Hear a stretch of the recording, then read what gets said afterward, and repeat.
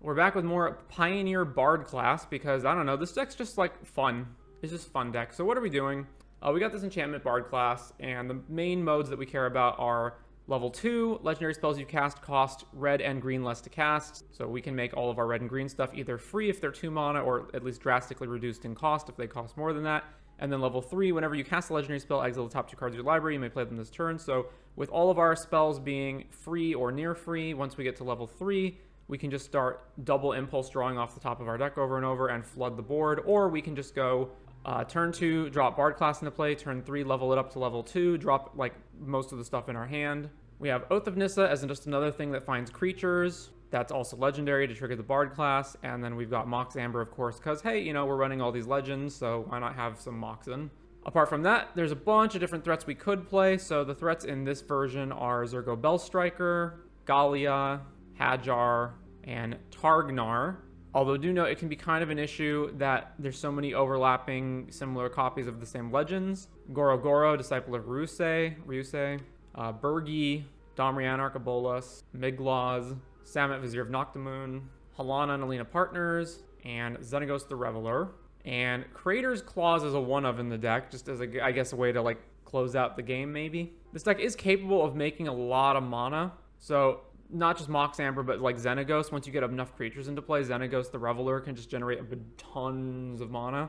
There's also, like, this is not the extent of all of the red and green legends that are in Pioneer. There's tons of other ones that you could play, but this list is just playing, like, a lot of the overlapping ones like Hajar and Gallia as 4-ofs. And then the land base is pretty simple, although there are double Sokenzons and double Besejus in here because, hey, we've got a bunch of legends, so these will get cost reduced. And then we've got 1 Den, 1 Lair, and then just a bunch of RG lands. Sideboard, Alpine Moon, presumably this is for Lotus Field, and the Festivities for cheap aggro like Convoke, Rending Volley for those decks. A Banefire, I guess this is probably for Control, and I assume Control is the deck that this struggles against the most because you really need to resolve Bard class, and it can get hit by Get Lost. Some Natural States, Gigantha, because we can meet the Gigantha requirements, Klothys in the sideboard, and then we've got Tormod's Crypt and Soul Guide for the graveyard decks. And yeah, Bard class is definitely a fragile deck, but I don't know, it's just so unique. It's just a fun deck, and I think the game should be fun. Also, this version's 61 cards. Not really sure why that is, but maybe we needed that 1 extra slot for the Creator's Clause or something. Who knows? Anyway, let's jump in. Definitely seemed like you enjoyed Bard class and the video uploaded. Any fast in particular that draws you to it? It's just like, it's just such a unique deck with such a unique play pattern. You get to do the Timmy thing where you play a Bard class and then you play like 3 or 4 spells. And then you get to storm off, in quotes, when you get to level 3. All right, round 1, we're on the play. We go Gigantha. All right, 2 lands, some stuff. We don't have a Bard class, but we do have a pretty good curve, so I'm going to keep this. All right, Copperline, let's cast Zergo. Let's cast Mox Amber, and over to them, and then we can go turn 2 Migloz, turn 3 Gallia. Oh, opponent's Copperline as well, so probably Gruul Stompy. Yeah, all right, there's Llanowar Elves. So shock this in, play Migloz. We got our own Llanowar Elves in Mox Amber. This is the problem, though, when you have multiple of the same legends, is like we have double Zergo, double Gallia in our hand. Thankfully, the Gallias do help to facilitate us fixing that issue. Attack with Zergo. Sokenzon. I assume they're Gruul Stompy, Gruul vehicles. Migloz will do a pretty good job at brick walling them. Werewolf Pack Leader. Well, that brick walls are Zergo. So I guess I should play Beseju so that I'm discarding one of this crap, and then attack with Gallia even though one of our guys gets eaten. All right, so play Beseju, play Gallia, then go to combat, attack with everything, trigger Gallia. I would like to discard. We discarded Zergo and we drew Creator's Clause. That's pretty good. All right, so I assume they'll block probably Gallia, right? Yeah. How much does this cost to activate? It's 2 to pump it. I think we probably just kill Pack Leader, right? Or do I just play Goro Goro? Now we probably just get Pack Leader off the board, right? I guess I can get it off the board next turn. Yeah, that's fine. So damage, they take 6. Let's play Goro Goro. Bonder's Enclave. Draw a card for 3. Activate only if you have power 4+. No attacks from them. What do they have for 4 mana that they're not playing right now? Is it just going to be another Sokenzon or what? All right, so this has to be 4 mana in order to shoot this, which means I can't also play Gallia.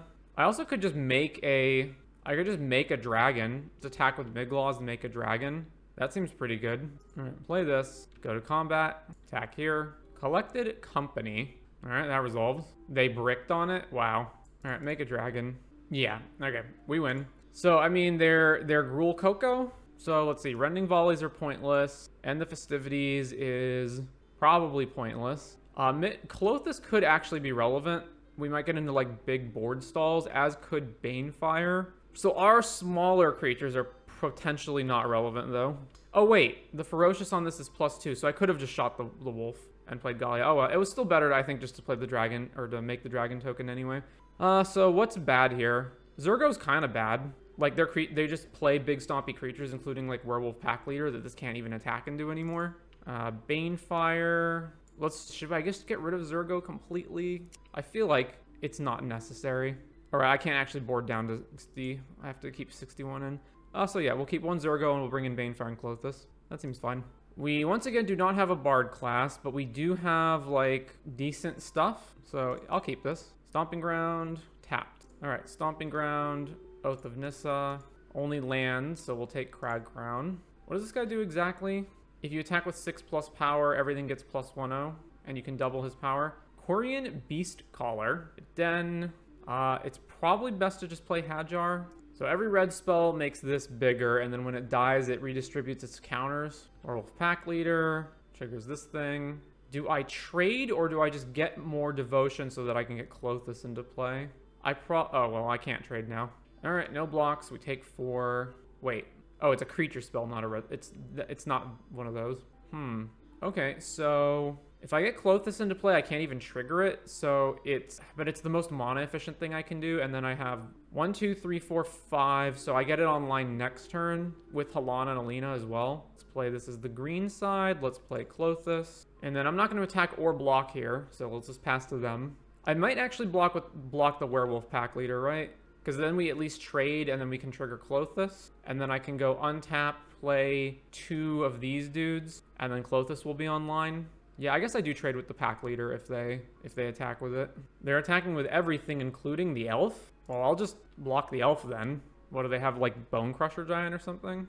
No, they're just trying to get more damage in. Okay, so that's a Coco for sure. Trigger this. Eat this dude. We gain some life. We drew Miglaws.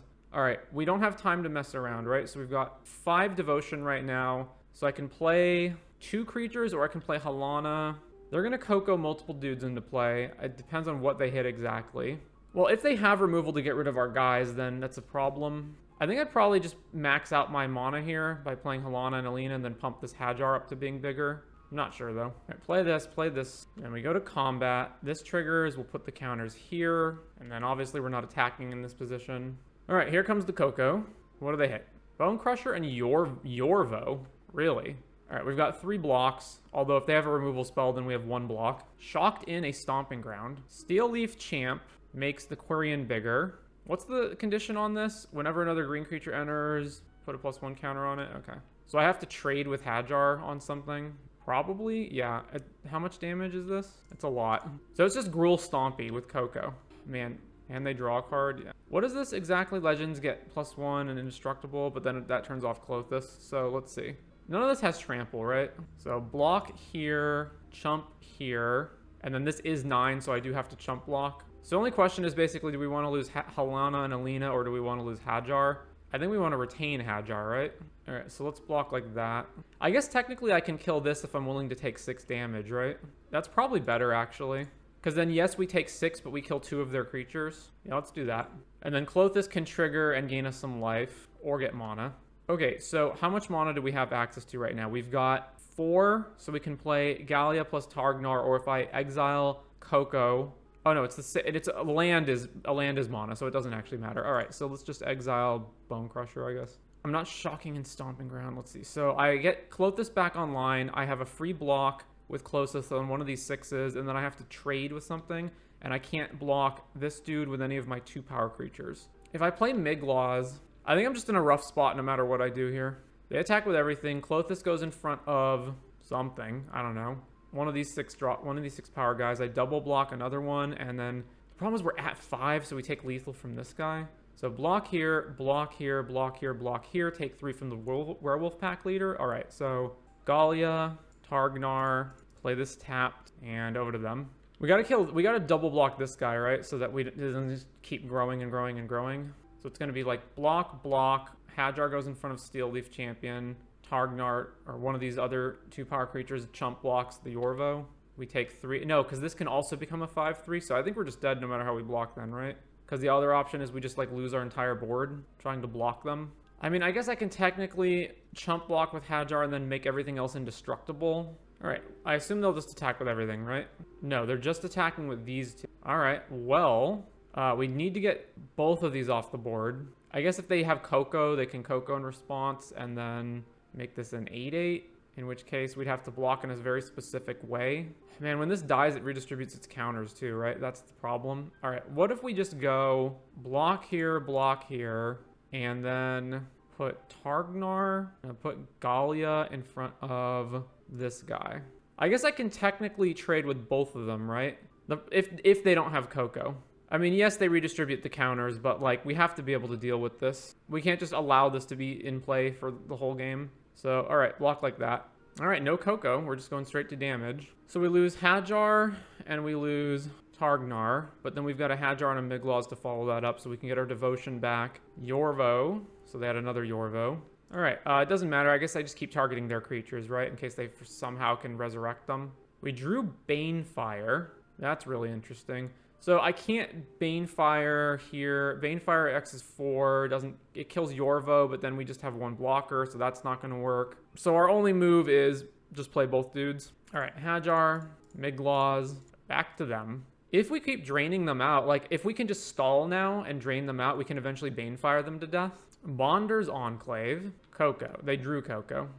So what? The Yorvo gets bigger. And then they have multiple 6/6s, Troll and Bone Crusher Giant. So if they attack with all of these, I get to put Klothys on something, double block one of them, and I can afford to take a hit. I put like Hajar and Migloz on the pack leader. No, they didn't attack. All right, Klothys trigger. Eat something. Again, it doesn't matter what. Okay, so if I play Xenagos, I can recoup the mana from playing it, but how does that help me? Or I can just make a Satyr, right? Just have another blocker in play. Alternatively, I can what? I can make Migloz really big. There's no way I'm attacking through their board, right? There's just no way. So let's just play Xenagos and make a Satyr and pass, and then just try to drain them to death with Klothys. I mean, we have them dead next turn off the Banefire if we don't die. So make a Satyr, over to them. Plays another Steel Leaf Champ. I mean, they really should be attacking, right? Like with something. Yeah, okay. Werewolf triggers. So what are we blocking? I mean, I just need to make sure I don't take any damage this turn, right? So this is the only thing with Trample. I don't actually want to kill it, right? I just want to not take damage. I guess there's no way of doing that. Put this here. Put this here. This is Legends, right? Legendary creatures become indestructible. All right. So block, 4 damage, activate Hajar. So we take 1 trample damage, and then we can just mana from Xenagos Banefire them. Plays a pack leader. Oh, they took 2 damage off of their Karpluzin. All right, Banefire you. 1, 2, 3, 4, 5. All right, I'm not... Yeah, I guess they're just also just dead on board, right? That was a game. Bard class without Bard class, playing against Gruul Coco Stompy. All right, we're on the draw. We once again do not have Bard class, but we once again have sort of a curve. Yeah, all right, keep. I don't think I can just mulligan any hand that doesn't... control. All right, well, ooh, Gallia. So... Play this, play Oath, found. We're going to need creatures, probably, and not lands. So take that. Putting a Bard class to the bottom. Played a land pass, which means it's probably a counter spell, but we can't just not do stuff. So Hajar it is. Yep, we get countered, which we can't pay for. Well, I guess I'm running out Domri next turn then. Shocks and Hallowed Fountain. Okay, if they're Shocking and Hallowed Fountain, that tells me it's a counter spell, so I'm not going to run out Domri. Instead, I'm going to run out... I guess if they counter Domri, that's okay. All right, play Domri. Yep, there's Absorb, so back to them. And now here's the 4 mana. They get to hold up Wandering Emperor, and then we can't even, like, attack into them with Gallia. All right. I mean, I'm going to attack into them with Gallia. Actually, no, I can't, right? Because they can even just animate this thing. Never mind. All right, play Targnar, and then I guess I just don't attack. Deluge, Deserted Beach, Temp Lockdown, there goes our whole board. And they still get to hold up interaction mana. Oh, man, this is miserable. All right, play Amber, play Targnar. Let's put Gigantha into our hand, play this tapped, and over to them. I guess the cool thing is we do have 2 Besejus and Migloz on our deck to kill this Temp Lockdown, maybe. Yeah, there's Teferi. Costs me 3 mana to channel Sokenzon, and then we still don't even have enough power to kill Teferi, even if they don't have interaction. Bergie. I kind of want this on the Horn side, so... I mean, we gotta attack Teferi, though. And that doesn't leave us with enough mana to even double this power. Alright, channel Sokenzon. Combat, attack Teferi. Alright, Teferi has 1 counter. So now they've got 2 counters plus a potential blocker in Restless Anchorage plus whatever they have in their hand. If they have a sweeper, we'd probably just lose the game on the spot. Instead, they float some mana. Teferi untaps the lands. Yeah, and there's Emperor to exile Targnar. Wait, they didn't activate it? That has to be a screw-up from them, right? Yeah, that's a screw-up from them. They've got 1 blocker, so I do have to send everything at Teferi to make sure Teferi dies. Alright, go to combat. Everything at Teferi. Alright, Teferi's dead. They've got a bunch of this open. It's probably better to play the Horn, right? Like, the window for getting stuff through counterspells is pretty small. Also, this is less susceptible to just getting swept, I think. Alright, play the Horn. No, they just have a counterspell anyway. Alright, play land, go. The Wandering Emperor eats our guy. They play a tap land. Alright, Miglaws is a good draw here. So combat, attack the Emperor. Oh, I should have played Miglaws first because Gallia having haste matters. They're just going to let it die. Sure. All right. We'll play Gigantha. Get Miglaws out next turn. So now they flashback Deluge. It's 3 mana for Naturalize, right? Castle Ardenvale. Are we finally getting sweepered or is this... Yeah, okay. Farewell. Get rid of everything. All right. If they have a counterspell, we just lose the game. Play Miglaws. Of course they do. Sure. Yeah, I'm not actually playing the rest of this. We're dead.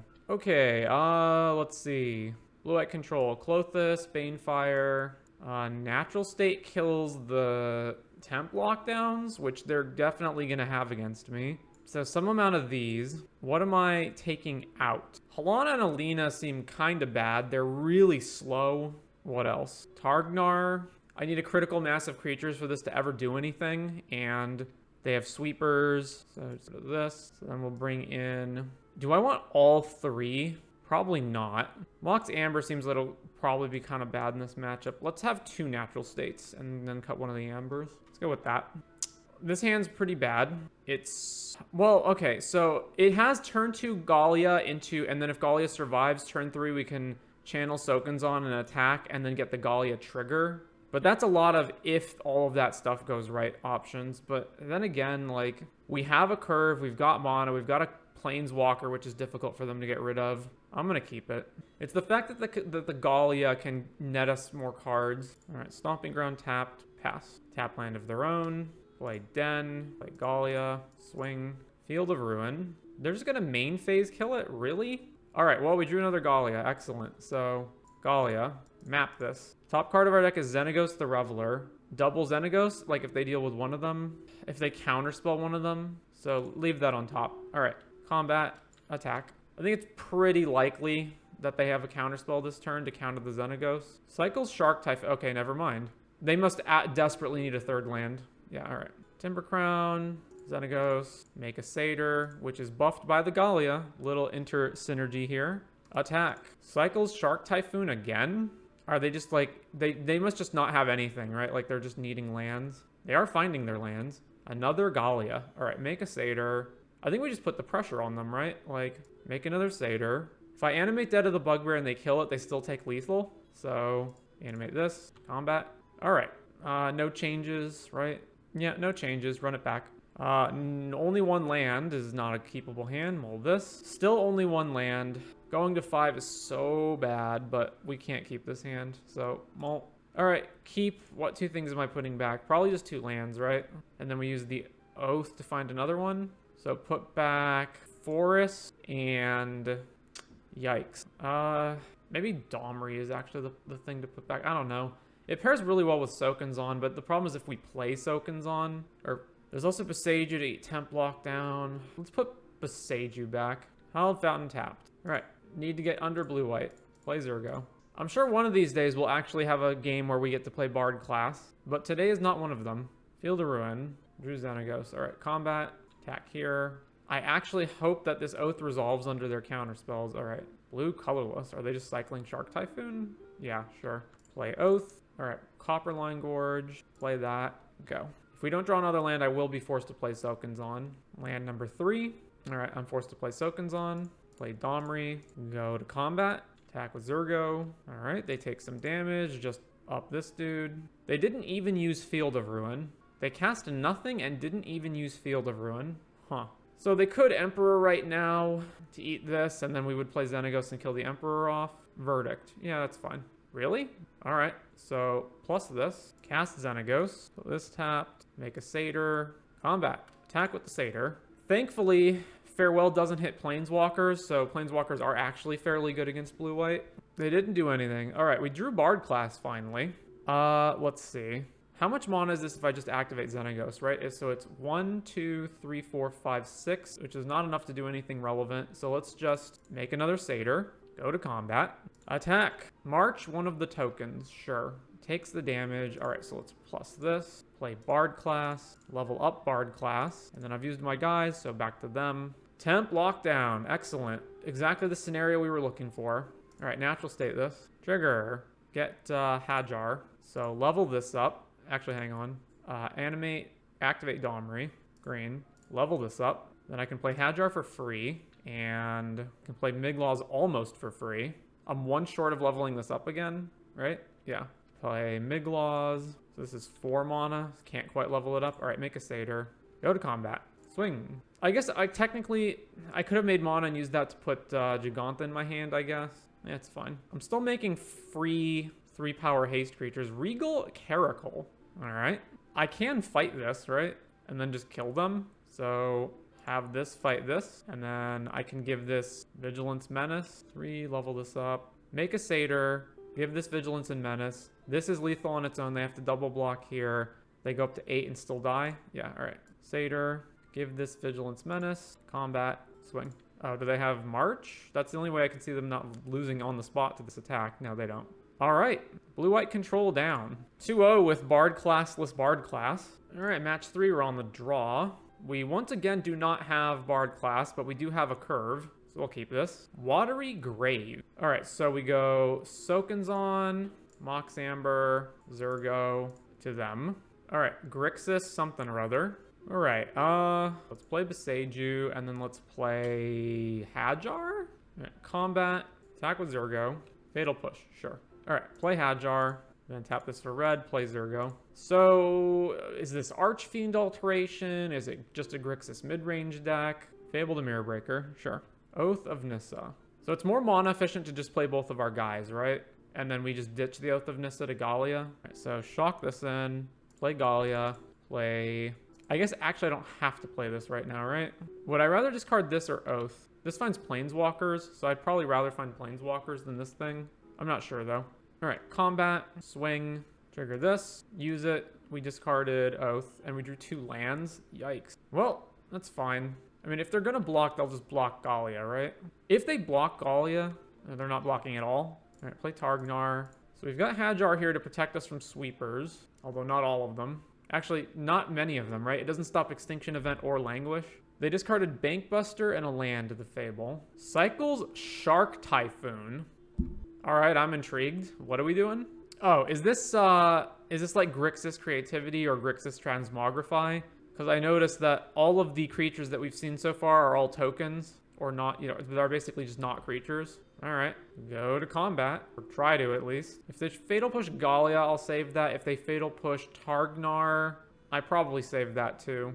Yeah, and then it makes my attack way better. So if they were going to use Fatal Push, they, I guess, probably should have done it on their turn. All right, attack with everything. Triggers, so use Galia's ability. Discarded a land and drew land Targnar. Resolve Targnar's ability. Block here. All right, I think it's better to try to get more damage in on them right now than it is to put Giganta in my hand. So let's activate this. Boom. Play this. Yeah, play... I guess play Mountain. And they're at 1 with 4 creatures that are all lethal. Okay, so the Rending Volleys can kill Shark tokens and that's it. The Festivities really can't kill much. The Alpine Moons and the Graveyard Hate doesn't seem to do much. I guess Natural State kills Bankbuster and Fable. Clothis is also a good pick to put in the deck. So what is bad? We do need to go under them, so Zergo is not bad. So the worst are like the slow creatures. So probably Halana just gets killed by removal and is 4 mana. Potentially need to burn them out. I'm inclined to bring in Banefire and then at like 1 natural state. Grindy matchups, Mox Amber can go. Can I cut for one natural state? Maybe not. Maybe I just don't care if they have, like, they already get the value off Fable, and Bankbuster's fine. All right, let's just do this. I guess I could have cut another Amber for the natural state, but it's fine. Double Amber. All right, but we've got Gallia to help fix the hand. I'll keep. So we're going turn 1 Oath, turn 2 Amber, Gallia attack. Shipwreck, Marsh. All right, play Timber Crown, play Oath. All right, well, only one legal target, so pick Hajar. Back to them. Play Crag Crown. Do I just run out Gallia here, or do I run out Hajar because Hajar is a second cost? I guess I run out Hajar. All right, play Hajar. Over to them. Noxious Grasp. All right, I guess we'll sack so they don't gain the life. 3 mana pass. All right, so play Amber, play Hajar, and then use the Amber mana to play Zurgo. Torch the tower on our Zurgo. Yeah, that's fine. Noxious Grasp again, sack. Well, I mean, we don't have anything else to do, so just run out Gallia. Make it disappear. All right. So all they've shown us so far is just interaction. Now here comes the threat. Here comes Fable, right? No, Cycle Shark, Typhoon, make a 1/1. All right, there's our third land. So I guess let's just play Miglaws. Shock this in, play Miglaws, over to them. Thought sees us. Took Xenagos. Volcanic Spite our dude. Do they have their last 2 cards or no? Huh? Oh, did they do that just to cycle a card maybe? Yeah, okay. So it's 2 mana to pump. So I guess I just go Gallia, pump, attack. I could also put Gigantha in my hand. That seems okay. Gallia, pump this, combat, swing for 8. Land number 5, attack with the 1/1 shark. Okay. Okay, so they are a Transmogrify deck. Man, they took Thoughtseize, Volcanic Spite, and sorry, what else? Volcanic Spite, Thoughtseize, Storm Carved Coast. Well, I can give this... Can I kill them? It's 1 for Vigilance. Oh, I drew a land, so we can kill them. All right, so... Oh, wait, no. Oh, yeah, no. I can't. I can only make this a 6-power creature, and then the Atraxa just hits us back, and they gain a bunch of life. All right, well, I guess let's put... I could if I had more counters to remove, right? But I don't. I guess I can put them to 2, then they attack and go to 9. Yeah, that doesn't matter. All right, put Gigantha in my hand, give this Menace, combat, swing. So then Atraxa comes back. We're dead in literally 2 hits, and we can't race them. Bankbuster, Volcanic Spite, Argalia. So the only out I have is to draw Bard class and go ham, right? That's like the only possible way I can get out of this. Gigantha, play this. Any reason for replaying these decks? Because it's fun. All right, we have to draw... Actually, can I even go off with Bard class even if I draw it? 1, 2, 3, 4, 5, 6, 7, 8 mana? No, even if I draw it, I can't. All right, well, we drew Zurgo, so we're dead. Okay, so it's Grixis, Transmogrify. So the Rending Volleys can hit the Shark tokens, but they have other tokens in their deck, so that doesn't seem like a great use of resources. What else? I don't think I change anything here. We just have to try to get under them, right? Yeah. I didn't see the end of yesterday's stream. Did you finish the game? No. We're still playing it, but Moto gave everyone a token that lets you just have all the cards, which expires in 2 days, so figured probably should do this first. Okay, so we have a curve. It's not a great curve. We don't have Bard class. This is pretty rough, right? We've got turn 2 Hajar. Actually, if we fail to draw a 3rd land, this hand also just dies on the spot. This hand's just not that great. I'm gonna mull. This hand's even worse by a significant amount. All right, let's mull the Bard class. We did mull the Bard class, but we also mulled to another freaking hand that only has 1 land in it. Jesus. So if I don't draw a land as my first draw, we just lose on the spot. If I mull to 4, we probably also just lose though. So sure, let's keep this and let's put back Miglaws. All right, if we don't draw a land, we're dead. Actually, even if we draw a land, it's even then not even that good. Are we getting Thought Seized? Oh yeah, well there goes Bard class and now we lose the game. Oh, we did draw a land. Hajar. Fatal Pusher dude, We drew Bard class. Let's go. Bard class. Over to them. Shipwreck Marsh. There's Fable. Land? No. Well, level this up. Over to them. If they just Transmogrify here, I'm pretty sure we instantly lose the game. They didn't discard anything? All right, we're dead. No. They didn't Transmogrify. Are they just holding up counter magic? Like, all right, let's try to play Xenagos. Surprised that resolved. All right, make a Satyr. And I am not going to attack them. How did they not discard, but also didn't play Transmogrify? The worst thing would be if they make a Shark here, untap, kill our Satyr, kill Xenagos. No? They just didn't do anything. Fable flips over, plays another land, attacks with the Shaman. Are they going to let us block? All right, block the Shaman. Transmog the Kiki-Jiki, sure. Traxa, they revealed 48 cards. Holy crap. Fatal Push and Odawara was the only picks. Oh, let's see. So Zergo's free. I need to level this up. So the Xenagos that's right here, I'm one short of leveling it up. I could play another Xenagos. So I know if they've got Push Otawara and then 3 unknown cards. So play Zergo, play Miglaws for 1. If I make mana right now, it doesn't matter. I guess I can play... No, so make a Satyr, and then we just pass, right? And then we'll try to make mana next turn. So they either attack us or attack Xenagos. I presume they'll just attack Xenagos. All right, Fatal Push, Miglaws. Problem is Xenagos is net even on mana right now, so there's no way that I can get enough mana to upgrade the Bard class, and I can't get Atraxa off the board either. Fable. Still have Otawara mana up. Yeah, they are attacking Xenagos. To get Xenagos off the board, we can't block. Domri. So I go Domri, make mana, play Xenagos, and then I just have... But the problem is then what? Then what? I make another Satyr token, then who cares? Then Atraxa just kills Xenagos. Or I make 2 mana, and then I have nothing to do with that mana.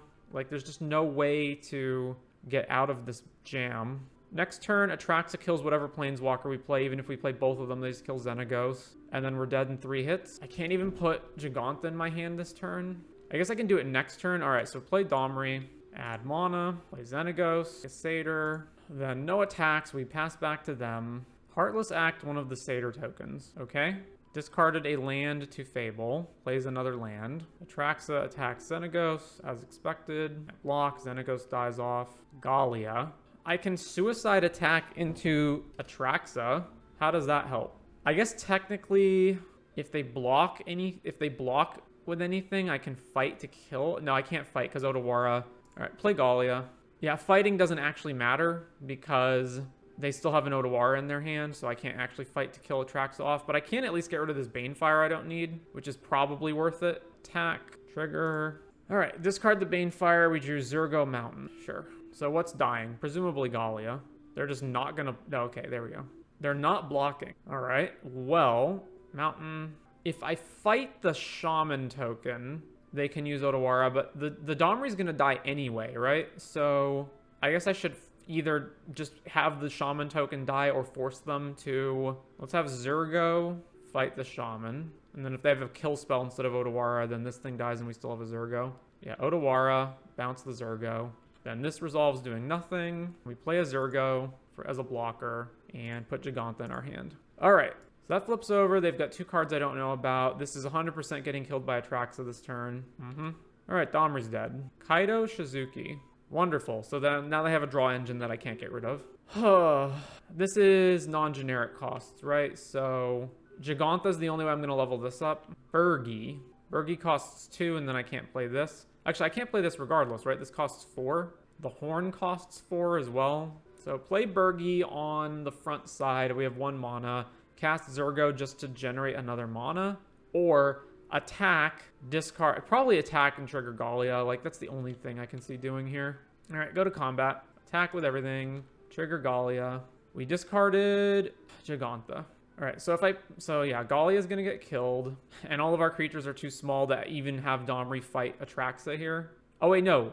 Bergi's big enough. Oh, Klothys is big enough too, right? 1, 2, 3, 4. So let's play Domri. They have a counter spell? Come on. Yeah, all right, we can't pay it. All right, so no pay. Do I play Bergi on the front side or do I just wait to horn it? I think I just play it on the front side, right?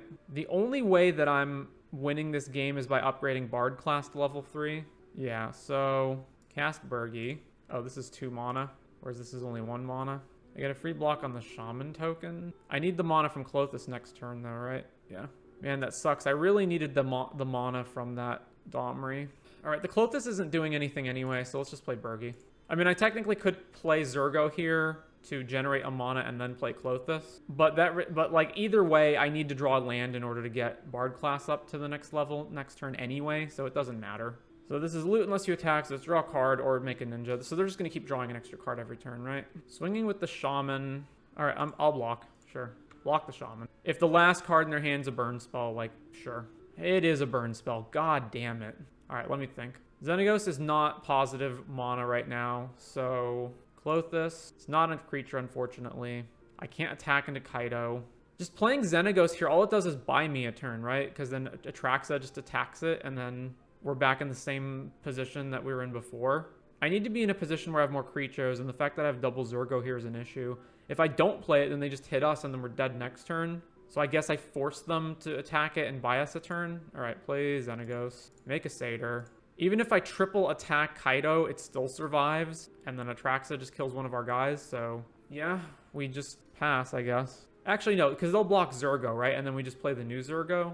That's not even helpful. It doesn't kill their Kaido. So, all right, combat. They're just attacking us and not Xenagos. Plus Kaido, draw a card. Plays Mirix. Oh boy. Oh boy. Oh boy. All right, well, we have to not have Atraxa kill us anyway, so I don't think gaining life matters, so let's just make sure we get mana. Get rid of Odawara, I guess. Mana time. Add red. Whatever we do is going to wind up involving fighting Atraxa, right? So let's add the mana. All right, level up Bard class. Okay, time to go ham. Domri. Trigger. Mox Amber Stomping Ground. Resolve Domri? Even with a level 3 Bard class, it's not necessarily guaranteed that we can even kill this. So cast Amber, trigger, Crater's Claws, and Hajar. All right, Hajar, cast this for free, trigger, Samut and another Hajar. So tap this, play Samut. Trigger, some more lands, okay. We have access to 2 mana, 3 mana potentially. I guess this Zergo's a free cycle, as is this Hajar. So I can sack the Hajar, make everything big right now. Then get this new Hajar. So sack the Hajar that I have in play. Cast the new Hajar. Trigger. Play Targnar. Trigger. Okay, so I can sack this Hajar, get everything up to even more power, fight the Atraxa to kill it. Yeah. So sack the Hajar. Domri. These fight. Okay. I haven't played a land yet. I also have the second Bard class. Let's play Zergo. Trigger. There's another Hajar and Goro Goro as well. Keep this one. Play Hajar. Trigger. Well, bam. So much stuff going on here. All right, tap this for mana. Play Goro Goro. Play Gallia. I'm running out of space to see what I'm doing. Play Amber. Resolve this one. Keep this one. Play Oath of Nissa. Trigger. Trigger the Oath. I don't know. Grab this land. Sure. We've got another Oath. Grab Zergo. Then what else do we have? Another Oath? Sure. Oath. Grab this land. 2 more Gallias. I don't think I need to do anything else, right? How much? I don't even know how much damage this is. 6, 10, 14, 21. Oh, am I going to deck myself if I do this? I have to lethal them, right? Because Samut will kill me. 6, 10, 14, 21, 27, 20, 32, 37. This should be lethal. All right. Red. Activate. Combat. Attack them. Can I resolve these abilities? Do not use Gallia's ability. Resolve this. All right. First strike, we draw a card. Then regular damage. They should be dead, and then we should kill them with all the draw triggers on the stack. Whew! What a game. All right, on the draw for round 4. All right, we don't have Bard class, but we do have a curve. We're playing against a Yorion deck, which either means it's control or it's fires or something. Either way, this is fine, I guess. Yeah, all right, so probably fires or BTL. So let's go Copperline, Oath of Nissa, reveal Miglaws. So the fact that they're a Leyline binding deck does hurt our chances of actually being able to win with Bard class. They're short on red, but they have 2 mana for binding. All right, that's fine. Play Den. Let's just play Targnar. If it gets bound, it gets bound. They did not bind it. Also, Miglaws is a good answer to binding. Puts Yorion in their hand. This leads me to believe that maybe they have a sweeper. I don't know. Huh. Play this. Let's play Miglaws. Attack with Targnar. Fabled Passage. Oh, did they just have Verdict? Yeah, all right. I was thinking, like, even if they had it, what's the odds they have an untapped of the other source? I guess pretty good. All right, so I'm definitely playing Domri this turn, so then I'm playing, I guess, Gallia is the best use of mana after that, or should I just go, like, Zergo plus Oath? Domri. Yeah, all right, let's play it. Trigger. I guess we get Targnar. Play this. Play Zergo. Back to so next turn we have access to 5 mana, so I can actually go Gallia, Targnar, Sokenzon channel, attack, trigger the Gallia, and attack for a lot of damage. That seems pretty good. I'm assuming they're BTL and not fires, given this land composition and Verdict. All right, Rootbound Crag, and then they're just passing Halana and Alina. All right, plus this, play Gallia, Targnar, channel Sokenzon, and then go to combat. Leyline binding, presumably on Gallia. Yeah. All right, attack. Shadow's Verdict. Exile all mana value 3 or less creatures and walkers. Well then. All right, Halana and Alina pass the turn. We're running Mana Conf. Well, there's another Leyline Binding. Xenagos. All right, Xenagos. Make a Satyr. Attack with the Satyr. So they can play Yorion and move the bindings around. BTL. Omnath, Locus of Creation. And they have a fetch land. Okay, sure. Uh-huh. They fetched a swamp. We're going to BTL again. No, Niv Mizzet Reborn. Unmoored Ego, Colligan's Command. Can't get that. So this is what's in their hand right now that I know about. Ooh, I can Beseiju the binding that's on Halana. How does that help me? This is a 6/6. So we go Goro Goro, Beseiju for 1 mana, kill this. Halana and Lina is in play. And then I what? Make another Satyr token, and then I pump something. Goro Goro. I don't see a way out of this. I mean, I could hypothetically flood the board-ish. They've got K command. They've got, I mean, Ego, who cares? Veto, whatever. Yorion, then like get this stuff back is such a problem. All right, Goro Goro. Beseiju, blow up this one. That triggers the Omnath, so they go to 15. I mean, there's just no way, right? Like, we put the counters on Goro Goro. We don't have any attacks. We just, what, make some mana, put Giganta into our hand, and then we pass back to them. They untap with 1, 2, 3, 4, 5, 6, 7, 8 mana, plus Yorion. They can move Leyline to whatever I have pumped up, so Goro or Halana get killed. There's just no way I can win this to the next game. All right, versus BTL. Rending Volley, while it does kill Omnath, it doesn't kill Niv Mizzet or Yorion or anything else. Natural State doesn't kill Leyline Binding. So I just don't really have like any good options here. I guess hypothetically we might be able to get their life total low enough that Banefire can kill them. What do I want to cut? Something inconsequential like Mox Amber, basically. Clothis also can just damage them every turn. Halana, again, just seems like super slow and bad. Dies to a bunch of their 3 damage, dies to their 3 damage sweepers, dies to all their removal. Let's do this. Actually, is Mox Amber worse or is Oath worse? I'm not actually sure. Or Zergo. Let's do that.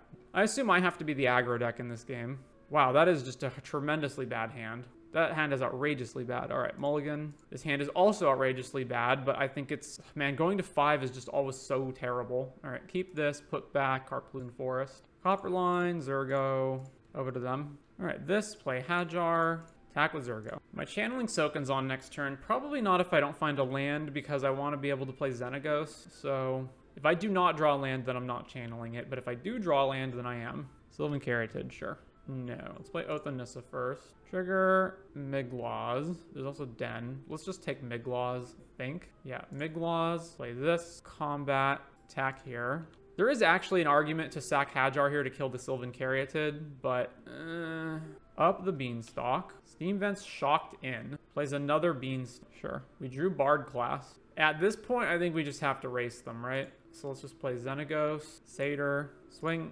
I mean, they're at 6. Like, there's multiple ways that we could kill them here. Presumably, they have a sweeper at this point, because otherwise they're probably dead. If it's Shadows, then we can't stop that. If it's Verdict, we can. If it's Sunfall, we can't. If it's... I mean, there's like a whole bunch of them that we can stop. Land number 4. Should I have killed the Caryatid when I could? BTL, which double triggers the Beanstalks to draw. And then whatever they cast is probably going to be 5 mana, and is going to trigger the Beanstalks.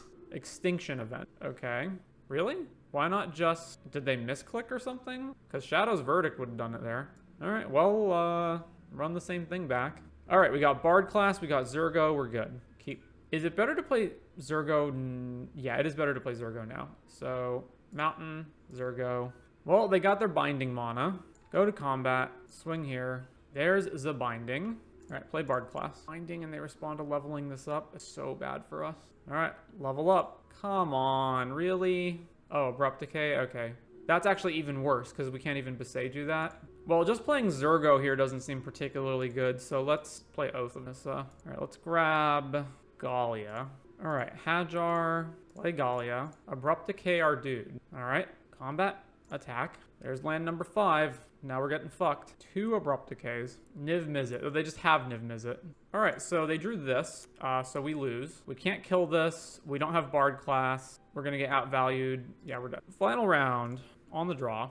We have a Bard class in our hand. Alright, we'll keep. Razor Verge Thicket is almost assuredly Amalia. Okay, never mind. It's Grease Fang. Alright, shock this in. Play Oath of Nissa. Revealing Hajar. Over to them. And now they'll just wait and crack the vessel on my turn. No, Thought. Oh, come on. Really? Alright. Well, our hand's way worse now. Let's Play Hajar. I guess I'll play Mox Amber, why not?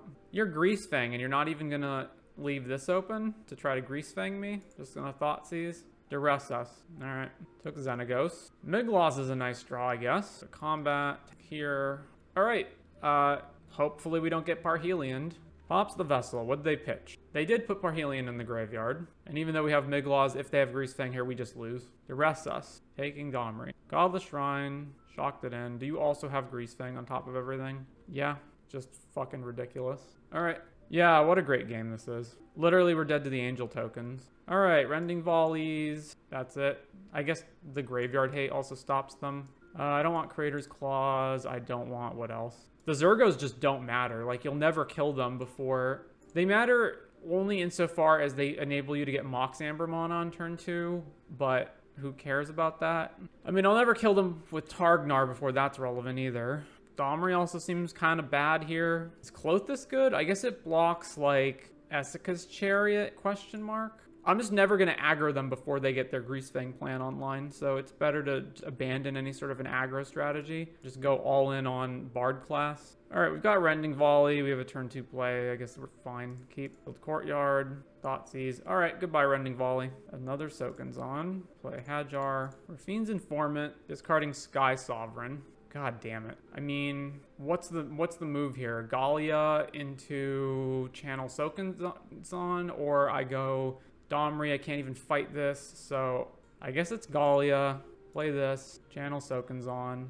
I can't even Channel Soken's on here. I'm short mana. All right, combat, attack. All right, sack this to keep our Galia alive. All right, if they've got Grease Fang, once again, we just instantly lose the game. Temple Garden, shocked in. Hey, it's Grease Fang. All right, we're done here. Well, I was having fun until Pioneer happened. Like when we were playing against Gruul Stompy and like other stuff like that, that was pretty fun. And then actual meta decks showed up. I'm not convinced that Oath of Nissa is even that good, and I feel like you really, really want to hit Bard class every single game. These should probably just be immune with nature, and there's some other cards in here that are like not great. Targnar is why it's a 2 of. Halana and Alina are pretty mediocre. Never once used this. I don't like that there's certain things that the sideboard also just can't accommodate. But, I mean, overall, it's the Bard class deck. I don't know how much better you could really make it. So we're back for more Bard class. I've made a whole bunch of changes to the deck. So I cut one of the Sokenzons for Rockfall Vale because I felt like the Sokenzon is just mostly mediocre in a lot of cases. Although it doesn't necessarily have to be Rockfall Vale. It could have also been like Karplusan Forest or something. But I felt like that was fine. Commune with Spirits back in the deck because we absolutely need to find Bard class. It's the best thing we can be doing with this deck. Cut down to only 2 Oath of Nissas because they're kind of mediocre. Switched out Ovia Pashiri in place of Zergo because if I have a turn 1 play that enables Mox Amber, I want it to be green so that I can tap for these spells. Put Ruby back in the deck because it's one of the best 2-drops we can play. That's in our Gruul Legends package since it generates mana, which I was lacking in a lot of those games in order to get Bard class up and running on time. Added Inti to the deck, and then cut down to only 1 Targnar, because sometimes it's okay, but, you know, it's really not very good. Cut out a whole bunch of the 3-drops, moved Klothys to the main deck, down to only 1 copy of Domri and Migloz, because they just wound up being kind of mediocre a lot of cases. Cut Halana and Alina, because it was also pretty mediocre, and put in a Hazaret, so we actually have, like, a beater in this slot, which I think is better than Halana and Alina. And then made a bunch of changes to the sideboard. Tibalt is here just for Amalia. Grafdigger's Cage does similar Graveyard Hate stuff to Tormod's Crypt and Soul Guide Lantern, but it also hits Return to the Ranks, Core to Calling, Coco for that sort of stuff. It doesn't hit specifically things in the graveyard, so it doesn't stop Grease Fang and it doesn't stop Delve Fodder in Phoenix, but it stops everything else while also hitting the Coco type cards. And then I added a bunch of like grindy cards as well, so Toski, Thronebreaker of Silence, and Luca for the matches like Blue-White Control, Rakdos, etc. And then switched the natural states for Back to Nature because I was having problems against Leyline Binding, and so I want an answer to that.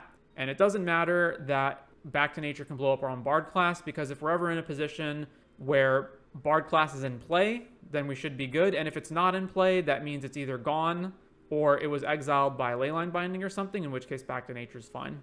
Cut in the Festivities, because I don't really care about Boros Convoke that much, and we have these Rending Volleys anyway. And these, of course, are for all the various white and red, or white and blue aggro decks, Grease, Fang, Amalia, etc. Alpine Moon for Lotus Field, and that's what we got going on here. So let's go another league of Bard class. All right, we got a Bard class in our hand. That's what I care about. We keep. Let's play this tapped, go to them. Riverglide Pathway, so almost certainly Phoenix. All right, hopefully this doesn't get Spell Pierced. Man, they only run like 1 to 2 Spell Pierces in their deck as well. All right, well, so be it. Ledger Shredder. All right, play Hajar. Take one from the Ledger Shredder, sure.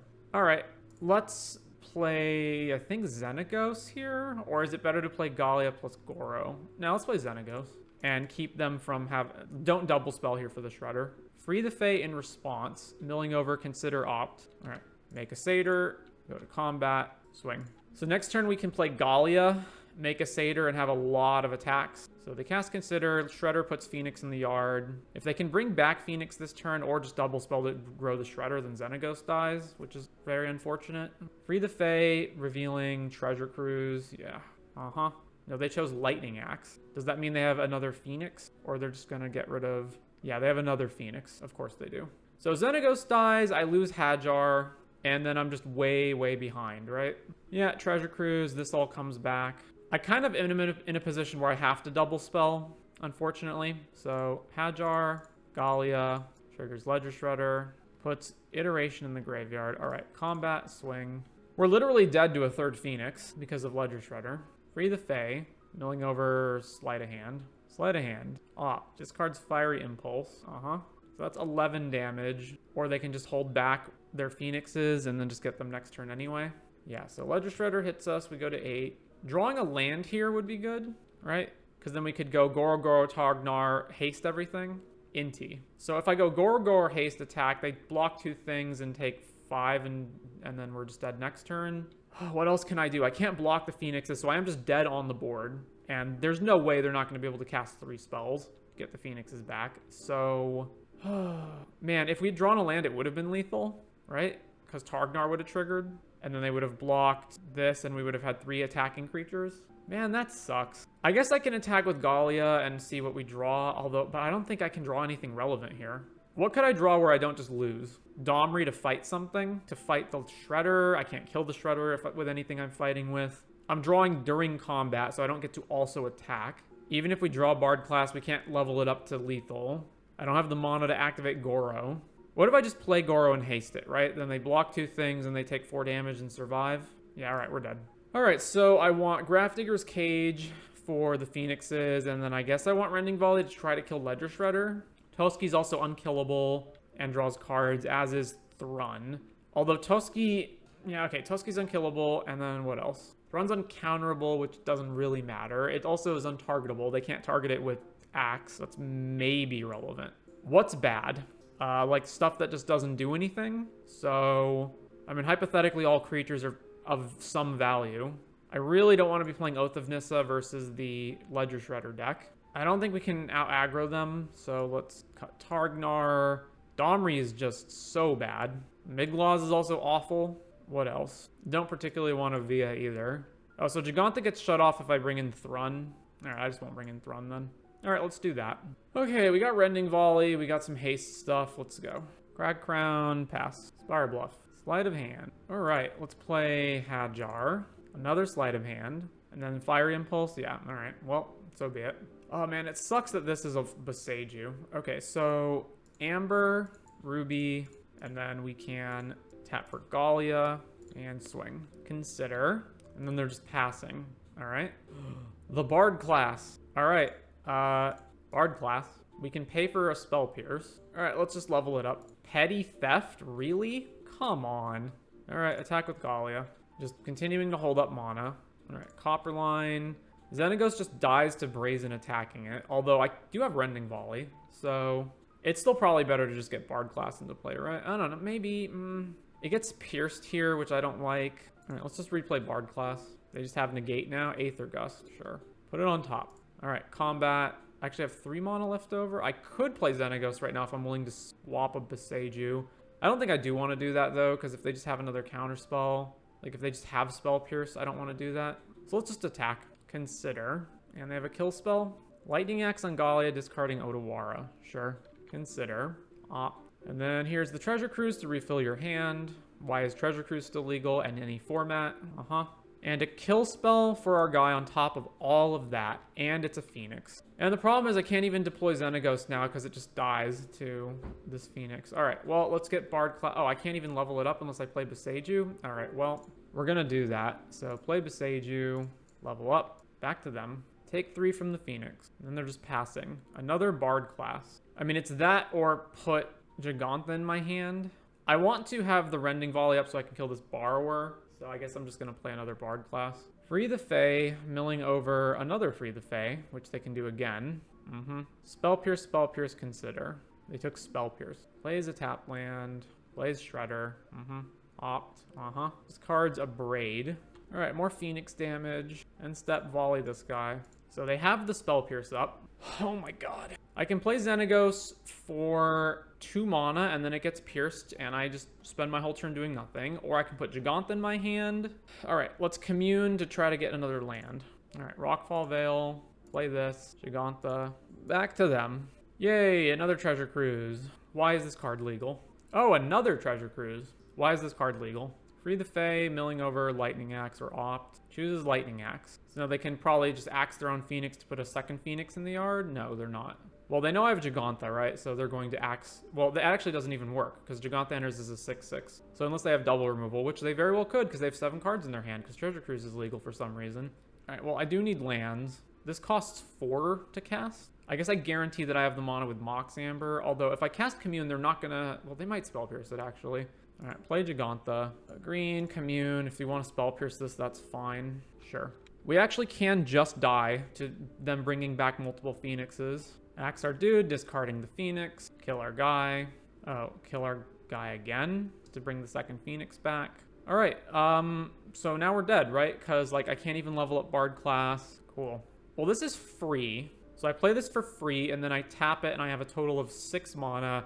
I level up Bard class, and then I'm 1 short of being able to cast Xenaghost, and then we lose, right? Alright, because level this up, and then we only have 1 mana left over. Yeah, alright. On the play, our opponent's a Yorion deck. Alright, unfortunately we only have 1 land, so even though we have Bard class, we can't keep the hand, so Mult. Alright, we can keep this. What am I putting back?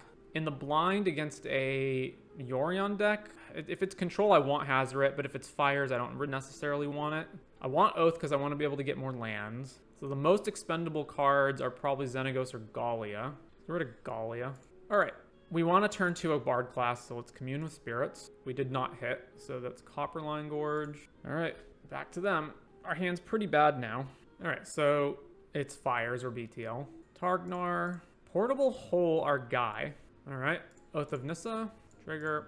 Well, I'm thinking like I want this Beseiju in my hand in order to potentially counteract Leyline Bindings coming out, so I actually probably want the land. Play this tapped, back to them. Up the Beanstalk. Alright, Xenaghost it is. Make a Satyr, and attack. A Binding, then they draw a card. Shoxin Temple Garden. Path of the World Tree. Search for a basic, and you can pay 7 mana to gain 2, draw 2, make me lose 2, shock a creature, make a 2/2.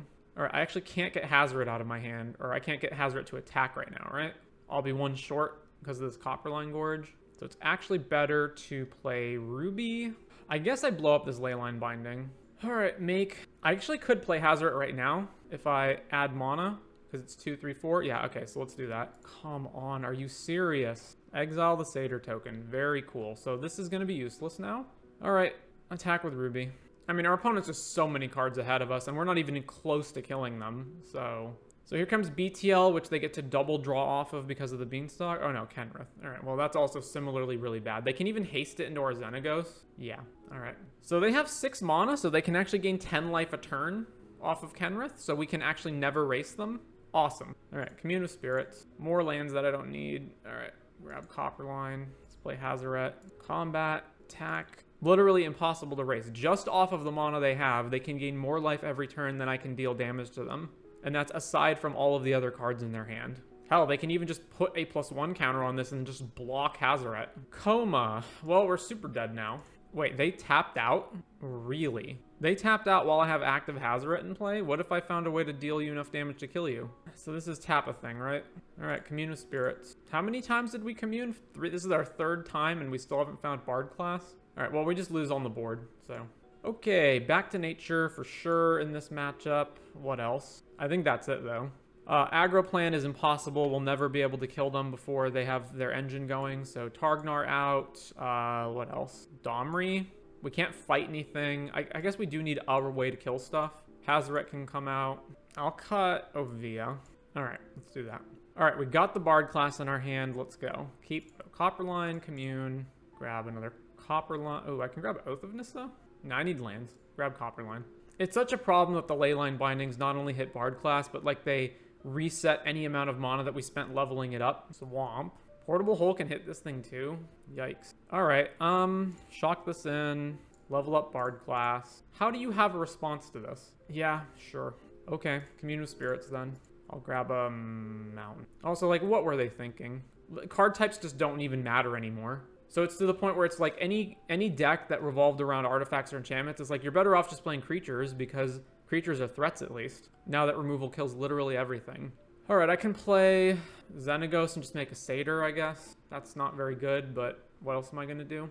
Xenagos, make a Satyr. As a white card enjoyer, I really don't like Leyline Binding and Get Lost. Basically, it's now to the point where card types are irrelevant because white has so many cards that just don't care what card type you have. So it used to be there was like this back and forth game you could play of, well, I'm gonna play a deck that that's like either artifact and enchantment base, and then my opponent has to have sideboard cards for me to bring in the second game, or I'm gonna play this one specific enchantment or artifact that is a threat.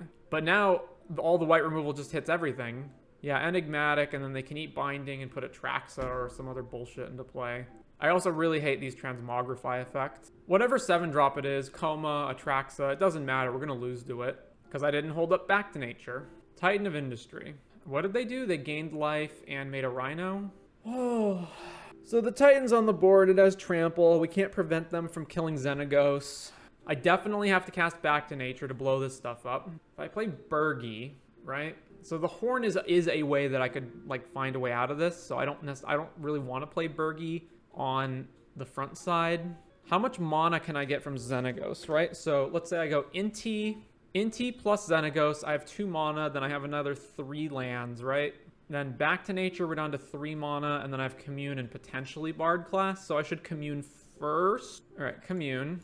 Didn't find it. We did find Soken's-On, I guess, which is something. So play Inti. Do I map onto Inti multiple times? All right, plus Xenagos, just to make sure I have this mana before I do anything else.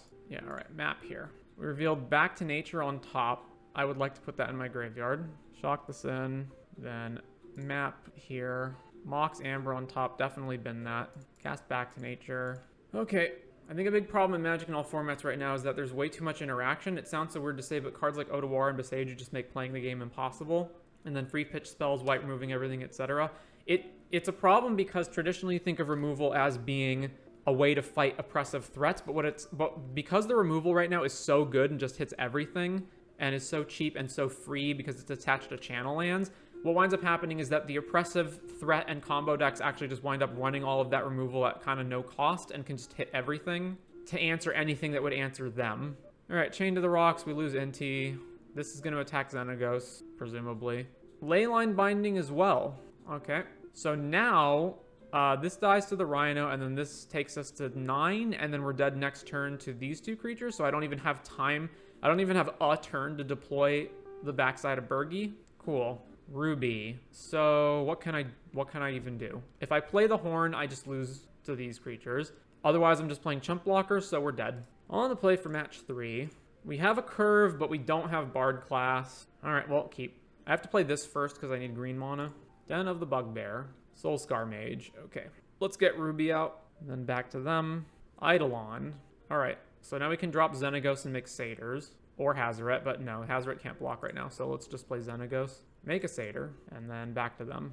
Rampaging Ferocidon. It's not too bad. Okay, so if I play Domri, I can tick it up to make mana, but then I'm taking 5 damage, 2 from each spell that I play into Eidolon, and 1 for whatever creature I deploy. Actually, I have mana from Xenagos, right? So what if I go... I need to kill both of these, so I need my Domri to be a removal spell. So therefore, I will play a creature first. So I guess I play Hajar, Or do I play Gallia so that my satyrs are bigger? And then I trade a satyr token for the rampaging, or I trade for the Eidolon, right? We're going to take a bunch of damage here, but there's no getting around it. So play Gallia. So that triggers, and this enters, and that triggers. Then we plus Xenagos, and we add green, red, green. Play Domri, triggers the Eidolon. Then we'll have this satyr token fight the Eidolon. This counts the Eidolon damage? Huh. Okay. Or counts the fighting. Yeah. All right. Then play Hajar. So red, or no. So green, red, Hajar. Then we take one from the rampaging, and then I guess I could attack with Gallia, but I'm not going to. You know what? I'll attack with Gallia. That's fine. Swing. All right. So we can deploy Hazaret next turn. We have 2 blockers. We can block rampaging Frostodon here. Chandra just to kill. Sure. Picking off Domri. Plays another Soul Scar, which hurts them. That's fine. Okay, so if I plus Xenagos, I make 4 mana. I can cast Hazaret, and then I can play a land and attack with Hazaret. Also, Ruby will get pumped up from attacking. Gallia will also trigger. How much damage is this? I'll be at 13 from playing Hazaret. How badly do I need to get rid of Chandra? Not that badly. All right, plus Xenagos, play Hazaret, play this, go to combat, attack with Ruby, Gallia, Hazaret, and Hajar, and leave this dude back to block. Then these trigger. I guess I want to use Gallia's ability, right? So use the ability, Seiju, always yield to this. So 3, 5, 8, 13. So they do have to block something. Block here, block here, block. Yeah, that's fine. Damage, they're at 6. We've already played on land for the turn. Is there any reason to hold the Seiju up? No, right? I guess I can hold it up to kill Den. That doesn't matter. Yeah, let's just put that in our hand. There's also, like, just spending Hazaret to hurt them. Ojer. We go to 9. Swift Spear. No attacks. Bergi, you say. How much mana do I have right now? If I double pitch, I can attack with Hazaret, right? But then they can just chump block with something. Man, the Chandra dealing 4 to us every turn is a problem. So that takes us to 5. So I should probably put myself in a position where I can win next turn and have as much blocking potential as possible here. I can't play the Horn this turn then, because if I do play the Horn, this can't block right now, right? That's the issue. I can go land Gigantha plus make 3 mana, activate Hazaret, pitch a card, and then attack or block with Hazaret. All right, let's play Beseiju. Let's play Gigantha. Then plus this, activate, pitch Stomping Ground. They do have to block if I attack them, so this becomes a 3. So attack them. All right, Swift Spear dies. Then it's back to Chandra. We go to 5. Another Chandra. We're at 1. All right, so they're at 4, so I can just literally pitch 2 cards, right? Does this come back untapped? Return it to the battlefield tapped and transformed. So block here, block here. What? Monstrous Rage in your mono red deck. In your not heroic, just burn. All right, well, my removal doesn't kill red creatures, so these aren't good. I guess Toski's technically indestructible. It can just block everything, but they win with Ojer, so that doesn't matter. So I think we literally change nothing. All right, keep Copperline, Commune. We bricked on Commune. Awesome. All right, cool. Just amazing. All right, then Ruby. I guess I'm attacking them because there's nothing I'm going to block here because anything with haste like a Swift Spear is going to be bigger than I can block. Yep, there's Swift Spear, Soul Scar Mage. Hajar's good for blocking. Timber Crown, Hajar, Inti. This discards the card, right? Yeah. Chandra, yeah. 1 to us, makes another mana. Attack with Swift Spear. I'd have to double block to kill it. What am I doing on my turn? Killing Chandra, trying to kill Chandra. I think I just take this. Soken's on. All right. I only have like 1 okay attack. So combat, attack Chandra, Inti trigger. I would like to discard the extra ruby in my hand. Then this triggers. We exiled a land. Okay. So trample Chandra goes to 1 counter, or 2 counters rather. It's fine by me. Well, we have to play this turn or lose it. So do that. And then let's get Gigantha into our hand. And then I have 3 legends in play, so I can use Ruby to channel Soken's on if I really need to. I would kind of like to save it to trigger Inti. Chandra, exile the top, exiles Kumano. Prowess, Eidolon. Attacks with these. I can channel Soken's on and double block this and then take the 3 from the Swift Spear. That might be worth it. All right, red, channel, commune with nature, So then block here. Man, that Eidolon is, well...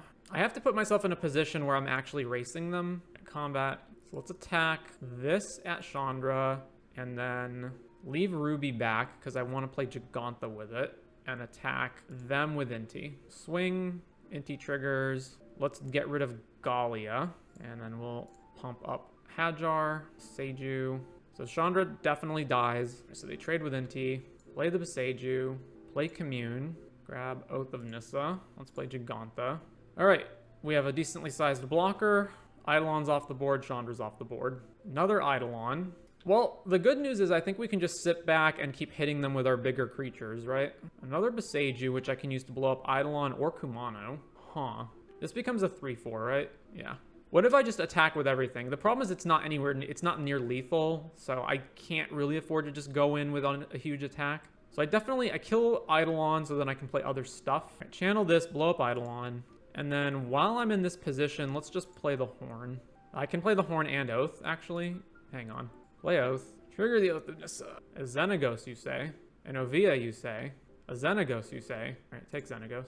So then we can go Xenagos, red, green, this one, add mana, then play the Horn. All right, so they get to flip Kumano and have two power creatures and one Den of the Bugbear activation. Activates Den, So we're gonna take 5 here. Swing, swing, swing, block Den. All right, we're at 4. All right, well, I definitely don't want this land, so activate the Horn, pitch this. Klothys and Goro. I can play and activate both of them, right? If I use Xenagos' mana. So they have 1 card left in their hand. If it's a removal spell, play Goro. So this is 4 mana. Play Klothys. Actually, if I go Ruby, land, Klothys, activate Xenagos, make 5 mana. 1 on haste, 1 on the Den. That should be the most damage we can get in. So green here, red, Klothys. Pump Xenagos. Red. Animate Den. Activate Goro. Combat. All right. So Toski actually doesn't work against them because Soulscar Mage transforms the damage into -1 counters, so this part is actually irrelevant. Thrun is actually invincible against them, but playing it means not playing Gigantha anymore. I'm thinking that Mox Amber is probably not that great, especially when they're an Eidolon deck, but I don't really have much to actually replace that with. I guess like Luca can pump out tokens, maybe. Then again, speed is relevant against them. I'm going to leave this as is. We got Bard Glass, we got Mox Amber. We're doing some good here. All right. And they're mono red, so they can't interact with Bard Class. All right, play this tapped. Play Amber now so that we don't get it Eidolon triggered. Back to them. Yeah, that's rough. All right, I just have to cast stuff into this, unfortunately. I'm going to take so much damage this turn, but what can you do? Play Ruby, Eidolon trigger. Play Bard Class, Eidolon trigger. Wild Slash our dude, which unfortunately shuts the Mox Amber off and gets rid of a mana. Then they play Soulscar, take more damage. So I level up Bard Class, and then I can play Galia plus Domri, and then Domri fights a thing. That seems not great. Ooh, Hajar.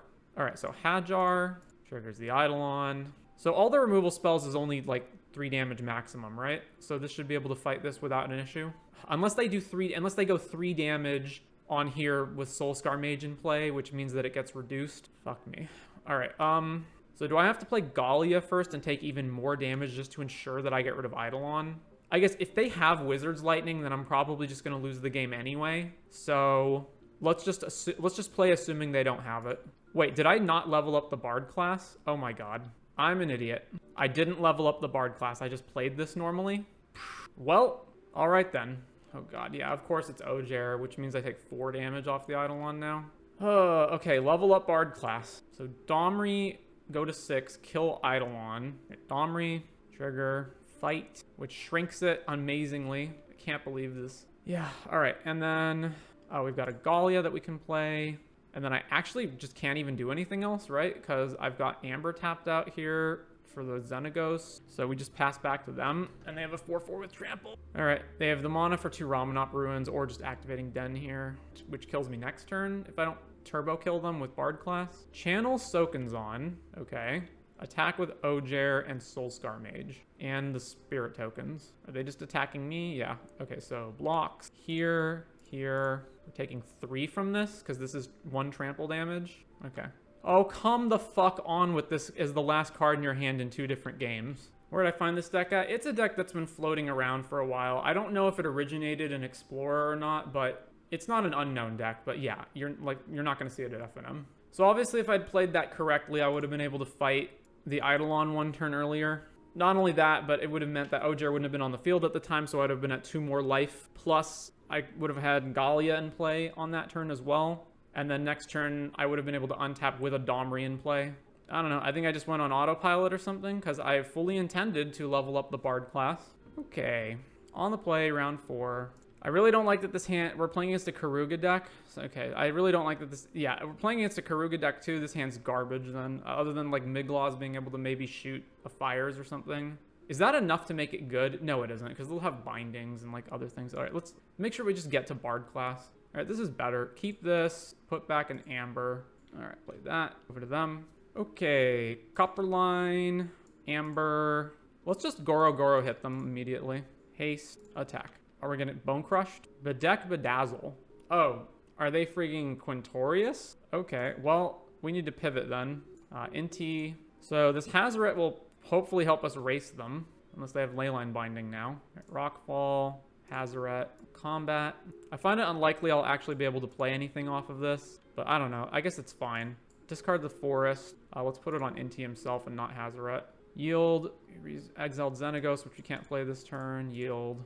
All right, they just don't have a removal spell. Sacred Foundry. So if this goes through, it kills them, so they have to have something. So I'm just not going to use Inti's ability and then leave open the shock damage off of Hazoret, which prevents them from playing a shock land at least. All right, go to combat. Attack. Don't use Inti. Leyline Binding. If I shock them here, they go to 3, which doesn't really help me. So sure. All right, put Gigantha in my hand. All right, I look forward to dying to 1 spell. Yeah, very cool.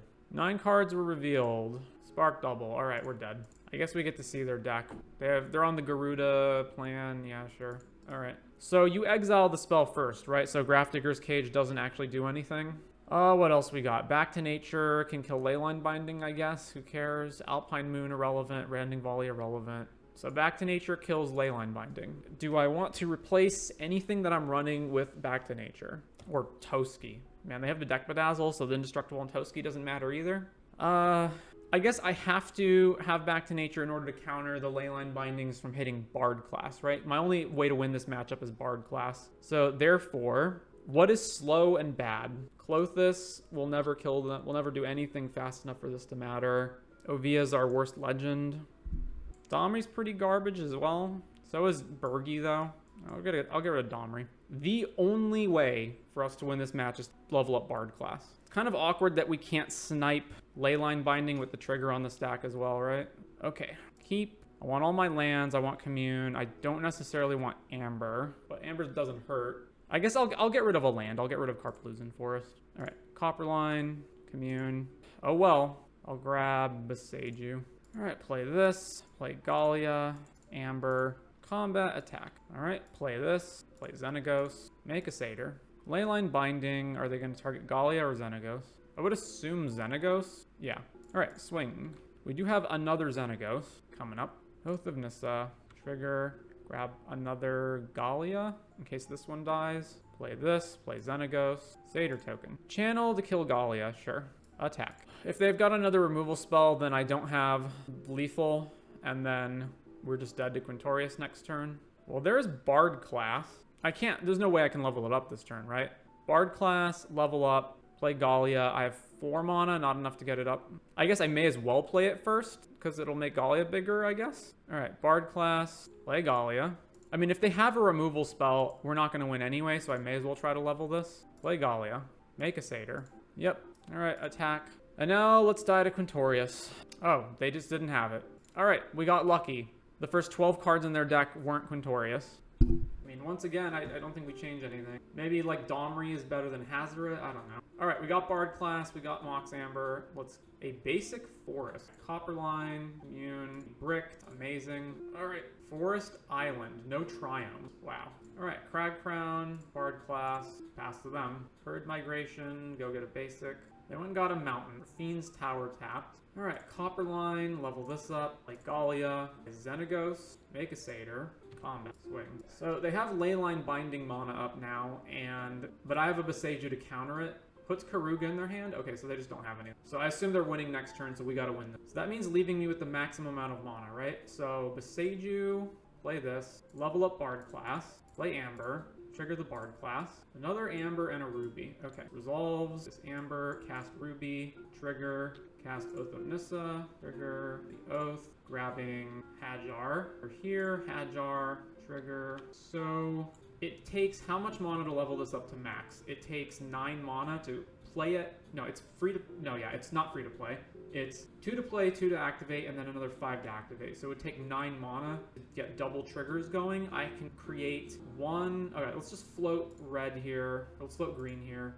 Play another Amber. Trigger. Then this resolves. This Amber. We've kind of bricked. Alright, so Xenagos makes 4. So that's 4, 5, 6, 7. Then play another Xenagos. Yeah, that's not gonna. Takes freaking 7 mana to get Giganta and play it. So let's just activate Xenagos. There's no way we're gonna get the second one. So do that. Play this new Xenagos so we can get more triggers. Keep the new Xenagos. We got rid of Targnar. Cast that. Play Burgi. Trigger. Alright, there's Goro Goro. No, the red's free. So Goro Goro. Trigger. I'll yield to this. Alright, how much damage is this? Oh, that's lethal. Hazoret costs 3 mana to play. Alright, activate Xenagos. Make a whole bunch. Play Hazoret. Triggers. We have another Xenagos, right? Yeah. Xenagos. Triggers. Alright, this should be lethal, right? 3, 6, 10, 14. Yeah, definitely. Alright, final round. We're on the play. We got Bard class. We got things. Stomping Ground. Tap. Blackcleave Cliffs. And Thought Seized. Deathrite. Deathrite shot. Alright, play this. Play Bard class. Smuggler's Copter. Okay, so level this up. And now we can play a lot of stuff. Hajar, Galia, Ruby, and we're one off of Hazoret, right? This is Shockland plus Ruby, and then short. Shock this in. Let's play grab, I don't know, combat. Attack with. So on our turn, we can either just play Hazoret or we can level up Bard class to 5. Fatal push this dude. Alright, well, sack him. Fatal push Ruby. Sure. Alright, let's just, oh, Xenagos costs 2, right? So I can go Xenagos, plus if they don't have another removal spell, play Hazoret. But then, and I'm not dead to Smuggler's Copter on the back, unless they have another creature. Xenagos, plus play Hazoret. Go to combat. So yes, by not holding a guy back, it does mean if they play another creature, they can technically crew the Copter with something they play, but alright, that's fine. Triggers Copter. They discarded Thoughtseize, and Galia died. Alright, we do have an active Hazoret in play, which I don't think they have an answer for. Yeah. So, I mean, it looks like Rakdos mid-range, but they're playing Deathrite, which is what's throwing me. But I think I just board the same way I would normally, right? Just bring in grindy cards, take out Amber, Ovia, and probably Targnar. That seems fine. Alright, 1 land is a mull.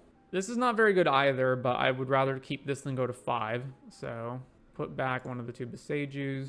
Deathrite. Alright, play this tapped. Down to the Bugbear. Attacks with Deathrite. Interesting. Then let's play Amber in case I want to Beseiju something. Although I think Hajar's probably going to get killed here, but we'll see. Like if they played Fable or whatever, I would Beseiju it. Fatal push. Yeah, alright. Getting attacked by Deathrite again. And then they're just passing with mana open. Alright, well, that being the case, I say we just run out Klothys. Now, they can technically counteract this trigger with Deathrite Shaman, but it does mean that they have to keep holding a mana up every turn to do it. Kolaghan's command, discard, destroy Mox Amber. Sure. Let's discard the other Amber. That's fine. So black mana is what gets rid of the spell, so I can target creatures, and then they can't counteract it. Just casting Bone Crusher. So they're not even going to try to stop this. All right.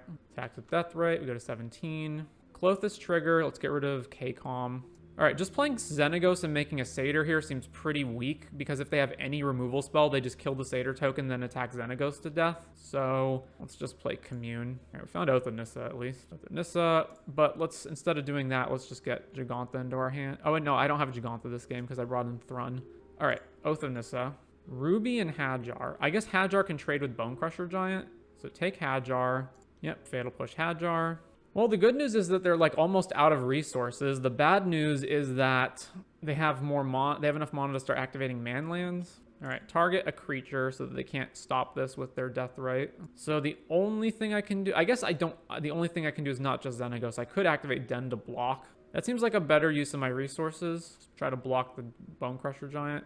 All right, Deathrite eats a spell. We go to 15. Activates Den. Swings there. All right, activate my own Den. So now we'll trade with the Bone Crusher. Fortunately, Hive has Menace, but what can you do? All right, targeting a creature. I guess they're tapped out right now, so I should target a spell. Play Bard class, level up Bard class. So Fable the Mirror Breaker, then this Goblin token that's left over from the Den attacks. We will get to have Xenagos into play next turn. All right, targeting. If I target a land, they just target it in response. So target Bone Crusher Giant. All right, Inti is almost free, and Xenagos is 2 mana. So Xenagos, make a Satyr, play Inti. I should attack with Klothys here, because this gets it shut off by them just killing Inti, right? 1, 2, 3, 4, 5, 6, 7, or just killing Xenagos. Like, it's probably better to swing like this. Just get more damage in. Attack with the Satyr too. Inti triggers, we don't have anything to discard, so that's irrelevant. They have a spell. Heartless Act on the Satyr, sure. So Xenagos can just die to a Hive attacking it, but I don't think there was any way that we would have realistically been able to save Xenagos if they really wanted to get rid of it. So I think it's better to just try to race them here. Because so many things get rid of Xenagos, just like a removal spell, attacking with multiple creatures, Shieldred. All right. Well, at least they don't have any good attacks, so sure. That resolves. Then this targets the only thing they can't interfere with, which is Hajar. Okay, so we can plus Xenagos level this up and then play Miglaws. So activate the Bard class. There is a pretty strong probability that I might brick here, though. All right, let's just go for it. Play Miglaws, trigger the Bard class. I mean, at the very least, we'll get this out. Well, yeah.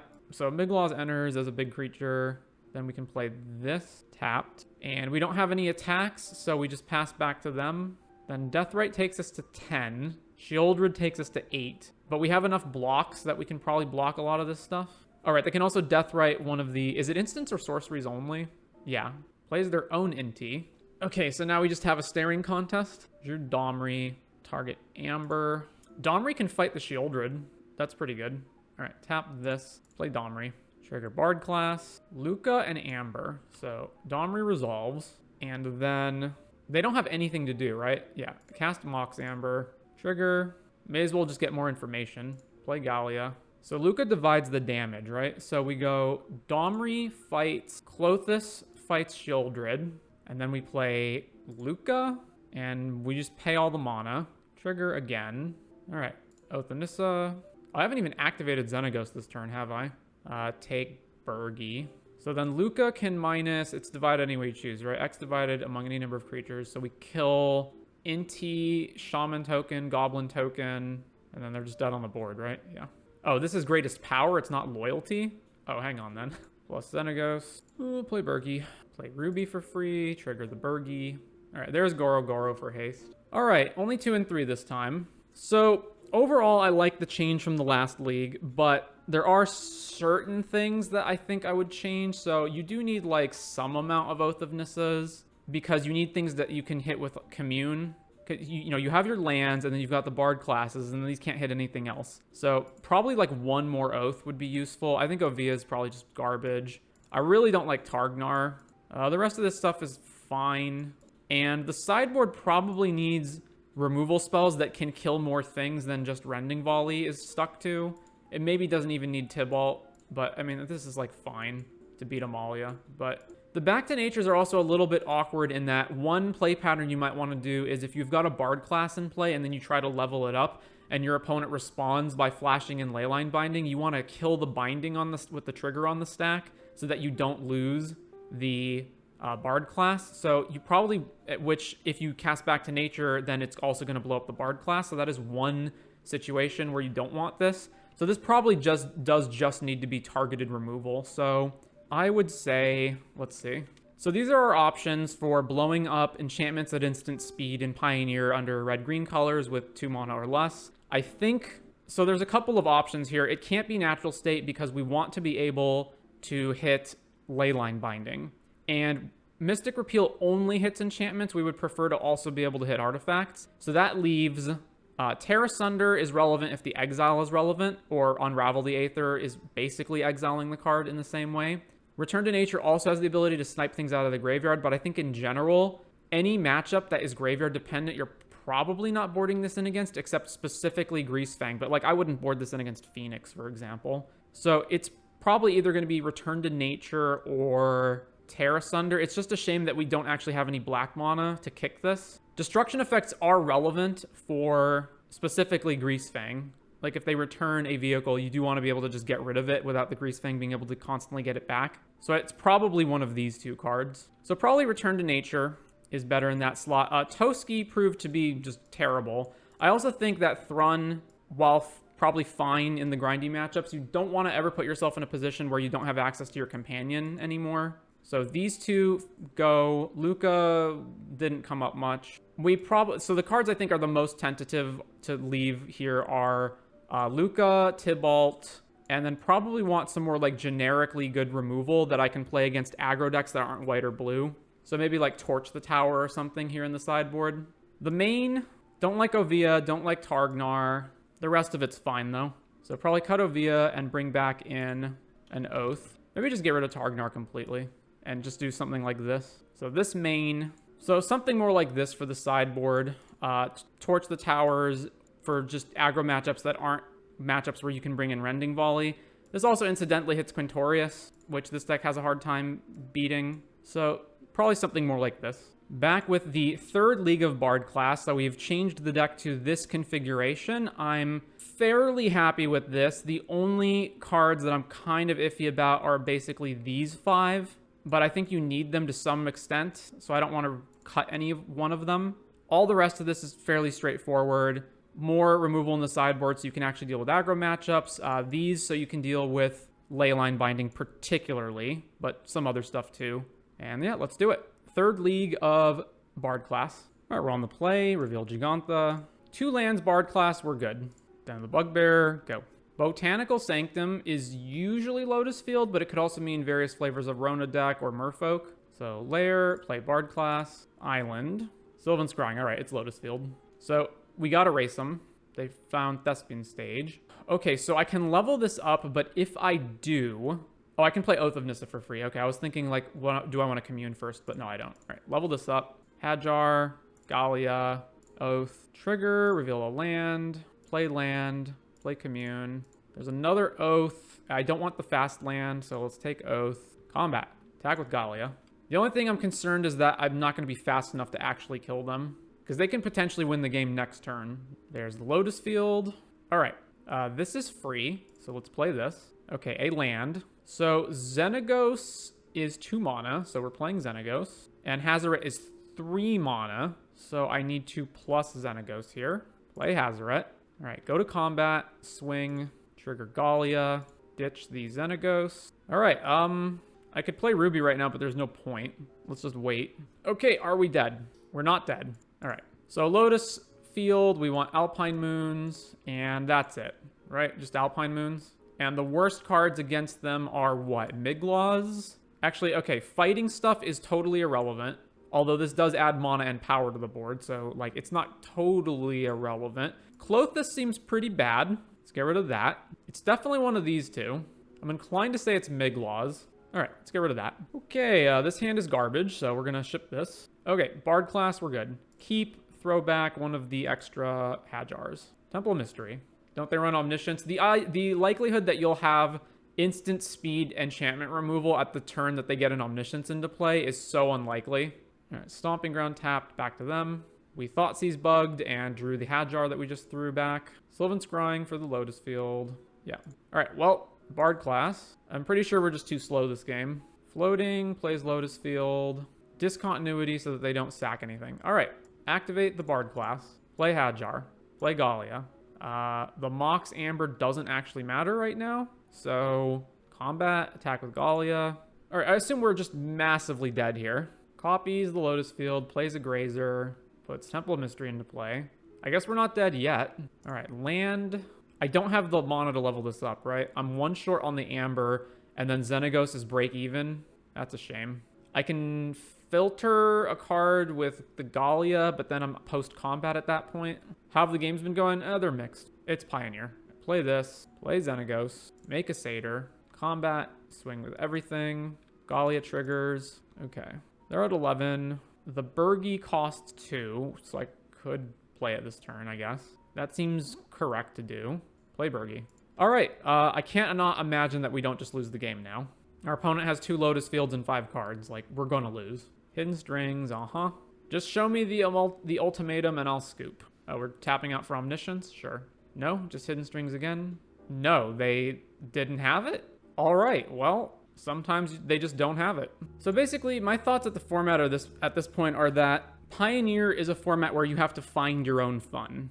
You have to basically go out of your way to play decks like Bard class and be okay with losing to tier 1 Rakdos mid and blue-white control and Amalia combo and whatnot. Because I cannot imagine just running like Rakdos mid-range leagues. Sounds so boring.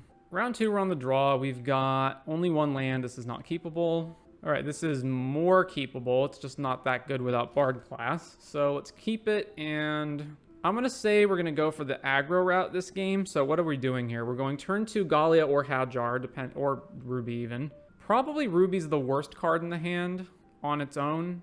So let's just get rid of that. So Steam Vents is probably Phoenix. So let's play tap Stomping Ground, back to them, opt. All right, Copperline Gorge into Hajar.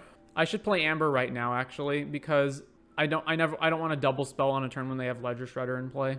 Opponent plays opt. I actually should have done that last turn. Play Amber. All right, now they got the Impulse to kill Hajar. Lightning Axe to kill Hajar, whatever, same difference. Discarding a Phoenix. The Xenagoses are so bad against Phoenix because they have, by default, 3 toughness without going up, and then they just die. Considered a Treasure Cruise into their graveyard. Does that mean they have a Treasure Cruise in their hand already, and they're going to eat everything but the Phoenix? That's what I would assume. Yep. So they refill, Phoenix comes out. Man, we're just drawing total garbage. All right, Gallia, swing. There's Ledger Shredder. Sleight of hand, trigger Connive. And bins a Phoenix. We can't deploy Xenagos. We've got nothing else going for us. The only out I can see is drawing a Bard class here. I guess Hazaret. Ooh, Clothis. All right, if they can't bring this Phoenix back, but they're going to be able to. So that was too slow. They're considering, they hit a 3rd Phoenix off of their consider. Jesus. Free the Fae. Milling over Tempt Trespass. Well, at least it's not a cheap spell that they can play. Opt. They have 5 cards in their hand plus 2 more looks at a 1 mana spell. The 4th Phoenix. Yeah, okay. They're about to cast another spell. So you got it. You brought all the Phoenixes back. All right. All the Grafdigger's cages. Probably just all the removal spells to kill all of their guys. Actually, the fact that I'm playing Torch the Tower now means the Grafdigger's cages aren't as important because I can just shoot the Phoenixes. What's bad? Creatures that don't do anything that just die to their removal spells. So Inti, Miglaws that can't block anything they play. Planeswalkers that just freaking die to the Phoenixes. Even though Xenagos is an important piece for combo turns, but Domri can go. Just any Planeswalkers that just get killed by their flyers. So I think I do something like this. All right, we got removal. We've got some other things. Let's keep Crag Crown, Amber, over to them. Spikefield Hazard, all right. Play this on the green side. Let's play Gallia first, so that if they kill it, then I still have another Gallia to follow it up. All right, Gallia, swing. Riverglide. Kills our dude, sure. All right, now I can play both of them. So shock this in, play Hajar, play Gallia, attack. Opponent opt. Ledger Shredder. Sleight of hand, sure, that's fine. So then we untap, we Rending Volley this. Discards another cantrip. Yeah, so kill that. Play this, get Gigantha into our hand, and then attack. Oh, it's Crackling Drake, the one creature we can't kill aside from Ledger Shredder. Ooh, the Bard class. Is it even that good right now, though? It's probably better to just play Gigantha and pass the turn. Like, I can play it, level it up, and then do nothing else. Yeah, let's just play Gigantha. Sleight of hand. Fiery Impulse, our guy. Well, sack the guy. And then they're going to Lightning Axe the Gigantha. Sack the guy. No? They just need to play a spell? Treasure Cruise. Okay. So we're tapping with 7 mana, basically, for the Bard class. So we can Bard class, upgrade it, and then we're short 2 mana. I like that they're playing Otawara, which means they don't have an Otawara to bounce this. Ledger Shredder. I have to bargain the Mox Amber if I want to kill this. Attacking with this thing, which we can't block.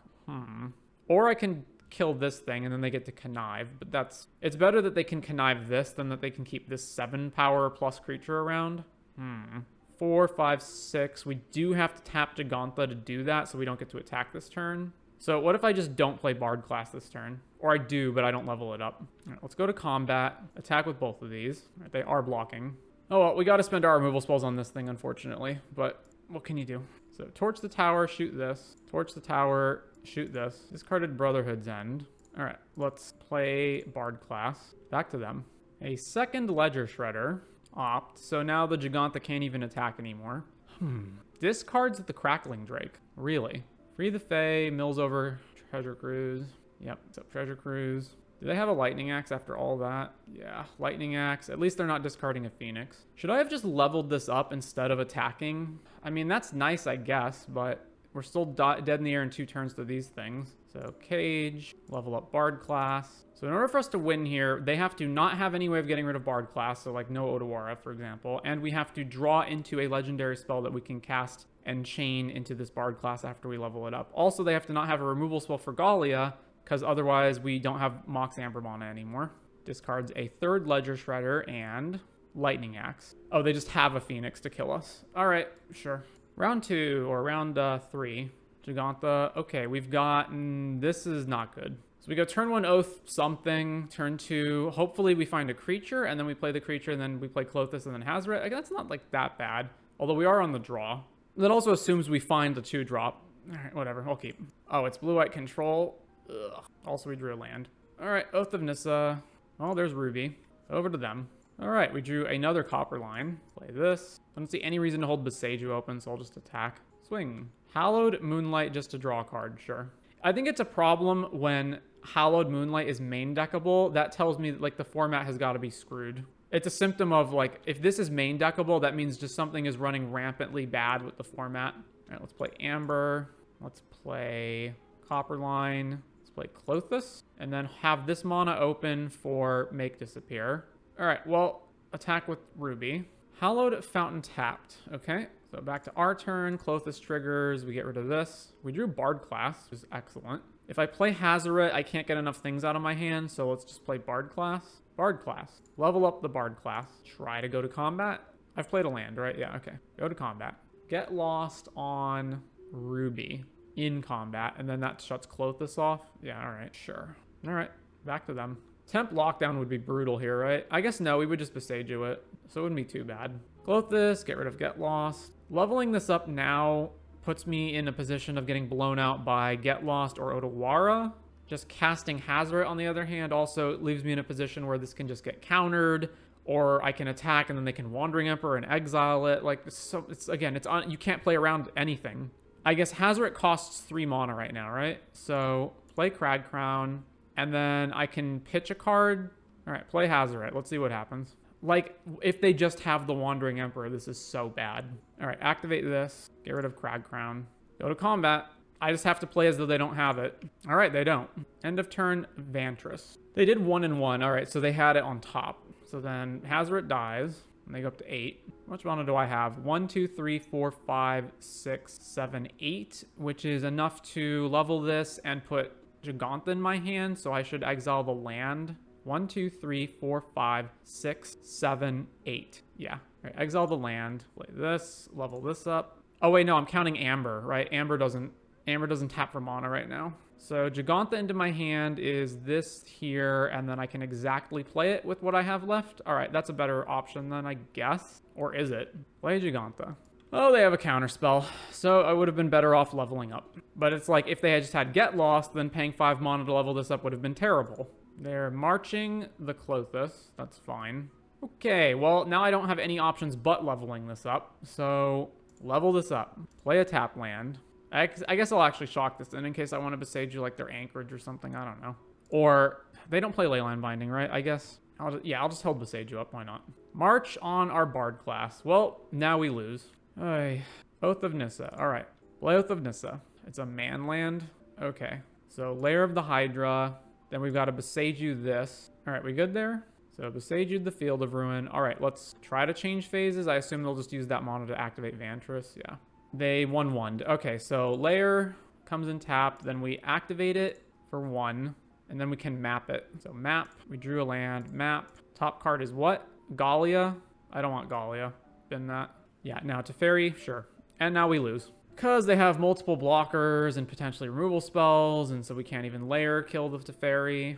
So our turn has to be spent activating Lair for as much mana as possible and attacking Teferi and hoping they don't have a removal spell, and even if they don't, they can just jump block with this token. All right, well, we're drawing just garbage, so activate the Lair, go to combat, attack Teferi. I guess I could just attack them. Like, it's the same thing, right? The last card in their hand was March of Otherworldly Light. All right, I can't win anymore because even if I draw Bard class, they just have Teferi to tuck it. So let's move to the next game. Oh, let's see. Torch the Tower isn't actually good enough to kill any of their walkers once they're in play. Rending Volley does nothing. Alpine Moon does nothing. Return to Nature does nothing. And Grafdigger's Cage does nothing. So I have nothing to board. Okay, we've got 2 lands and an Inti, an Oath of Nissa. Like, okay, I'll keep. So Boseiju, Oath. There's a Klothys. We really need a 3rd land, though. All right, grab Rockfall. Tap Hallowed Fountain. All right, so Crag Crown, play Hajar. 2nd land back to us. Should I just run Inti out? I don't know. Again, is it a removal spell or is it a counter spell? I guess the most mana efficient thing to do is play Domri. So play Domri. Also, if it's not a counter spell, then this gets under the counter spell. Yeah, okay, they just have a counter spell. Attack with Hajar. 3rd land. All right, let's see if Inti resolves. It did. So go to combat, swing, trigger. Let's discard a land at this point. Let's get rid of Mountain. Trigger these. Ruby. Okay. Opponent takes 4. Play Rockfall. Play Ruby. So we're insulated from Verdict, but we're not insulated from Temp Lockdown. Although if they had Temp Lockdown, I imagine they would have just played it last turn. What the fuck? Yeah, okay, sure. Play Gallia. Let's chalk this in. Let's get Giganta into our hand. Attack. I think, like, against the tier 1 deck, so Blue, White, Rakdos, Somalia, Greasefang, I think it is impossible to have fun playing against them. I can't think of any time when I'm having fun and I'm playing against one of these decks, even if I'm winning. All right, well, there's nothing to do but just attack them. So, combat, swing. This just literally runs face first into a Shark Typhoon or a Wandering Emperor, but we have to do it anyway. All right, Giganta.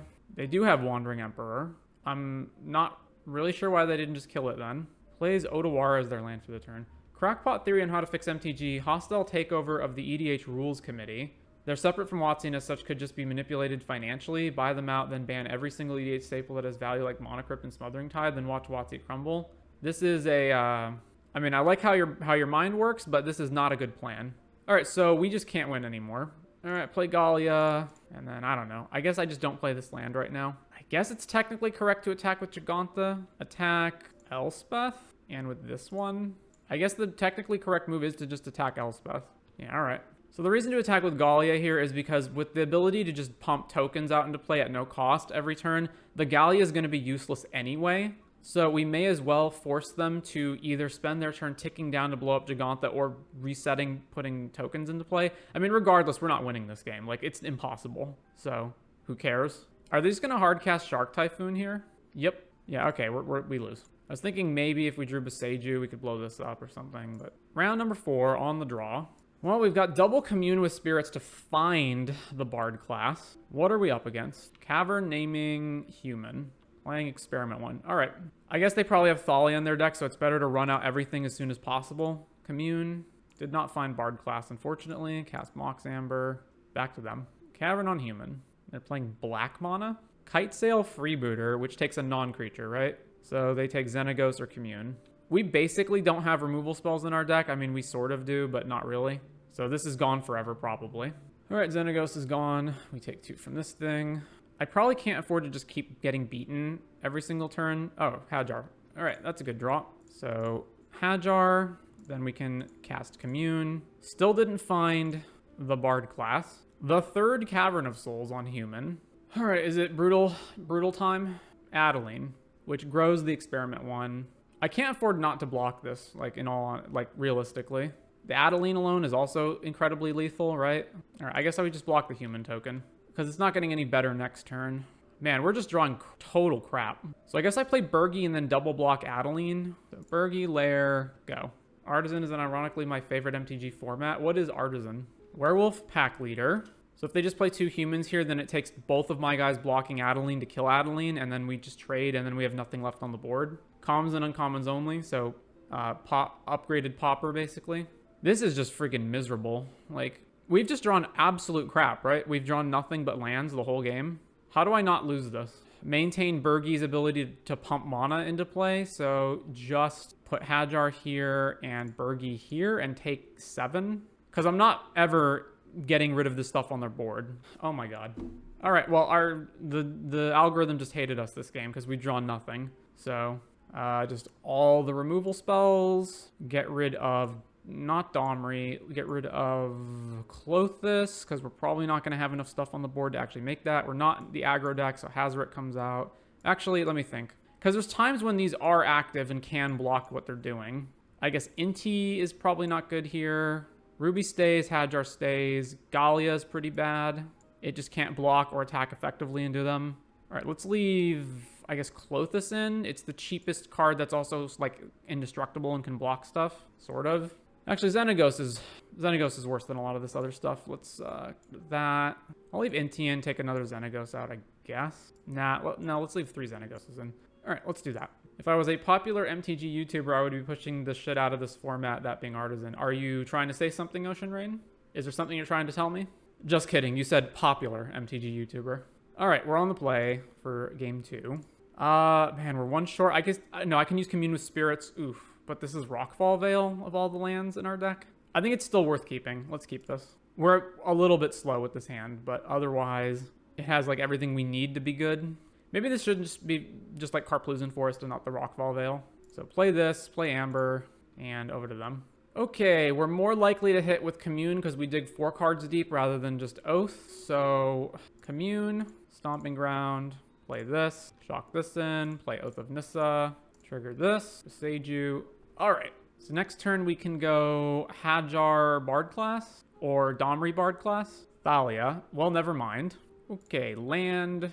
So if I get Domri on the board, that's another mana, right? No, I can't get it on the board because of Thalia. So I go Hajar plus Torch. Yeah, okay. Hajar, and then I don't see a reason to do this now as opposed to just waiting. So Cavern of Souls on human. Thalia's Lieutenant. Okay, sure. All right, let's kill this now. Shoot this. Okay, so Bard class, level it up, play Domri, fight Thalia's Lieutenant, attack. Bard class, level up. Shock this in, play Domri, fight, combat, attack with Hajar. I don't think they have anything with haste, and if they do, it's probably Mantis Rider. I guess there's that Bushwhacker dude. Brutal, Cathar, eat our guy. Okay. So I just level up Bard class, right? Or I... Giganta costs 3, and then I have another potentially 3 mana, so... No, I have 1, 2, 3, 4, 5, 6, 7. And Giganta costs 1 less, so I have exactly enough to play Giganta right now. But then I have nothing to trigger the Bard class next turn. But that's probably okay, because otherwise I'm just allowing Domri to die. Then Boseiju play, tick this up, play Giganta. All right, if they've got a second Brutal Cathar and they can just eat this and kill my Domri, then so be it. They have a second Brutal Cathar. Coppercoat Vanguard, Hazoret. Okay, so upgrade the Bard class. I guess, no, I do... Is it better to use Giganta mana for that? I think so, right? 1, 2, 3, 4, 5, 6, 7, 8, 9. It allows me to... So I have to pay everything into it anyway. All right, so I guess, what's the odds they have like a 1 mana way to answer Bard class? So let's level this up first. 1, 2, 3. Domri, play Hazoret, tap Giganta. Whoops, I have to back that up. I have to use Giganta's first. Hazoret, red. Oh, it literally eats the red out from here, so I can't play it. Well, never mind. Yeah, I had to use Giganta to pay for this. All right, I guess we're doing that next turn then. Oh, this thing flipped over too. I think we're still fine though. They seemingly don't have an answer to Giganta, which is really big, and then we just get to go off next turn. Another Coppercoat Vanguard. This is not a human on its backside. Okay. Oh, that triggers in the upkeep, you say. Well, it has 2 instances of Ward 1. All right, Hazoret, tap, tap, tap. Trigger the Bard class. We should be able to win this turn, presumably. Depends on what we hit. I guess if we brick, then we don't. Okay, so I can fight this. I have to pay 2 mana. Legendary spell, creatures enter with a +1 counter on them. So I should play this first. Play that, play Bard class, then fight Hazoret and this. Ward triggers, pay it, pay it. So Cathar dies, these re-enter with a bunch of counters on them, and then combat, attack with Hazoret. Kitesail, freebooter, sure. We have a land in our hand. All right, new Hajar to trigger the Bard class. Hajar, trigger. All right then. So ETB, keep the bigger one. That's not sick. Cast Commune with Spirits. Brick on that. I'm amazed how much we're bricking here. All right, play Crag Crown. I guess I could have leveled this up, right? So if I just attack right now, they have to block at least one of them. No, they have to block all of them because Hazoret can kill them. They have to block at least Giganta and Hazoret. So combat, swing. Oh, they're just taking it. I'm guessing they just realized they can't win this match, or they can't win this game rather, and so they're just going to the next one. All right. They're a Thalia deck and a Brutal Cathar deck. Makes Xenagos really like not wanting it. Let's put Inti back in. I just don't see myself having that many creatures in play, so let's do that. 2 lands. We've got Oath of Nissa, Double Hajar Ruby, no Bard class, and one of our lands is a Pain land, but we're gonna probably find a land off the Oath of Nissa. This is not like terrible, but it's not great, but I'll keep it. The Hajars do a good job of blocking at least. Razor Verge, Experiment 1. All right, Copperline, Oath. Bricked on the Oath. Amazing. All right, well, back to them.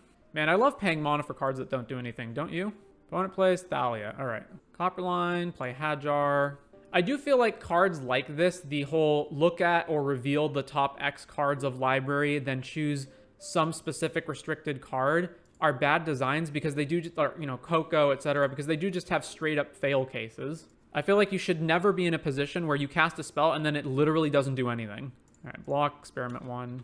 Like, at least give me the option of doing something if I don't find the cards, right? So Ruby, it can even be bad. It can be like if you don't find a Scry 1 or something, like just something to do so that it's not just a complete fail case. Similarly, all of the stacks pieces that do absolutely nothing when you have multiple of them in play. Rest in peace, Null Rod.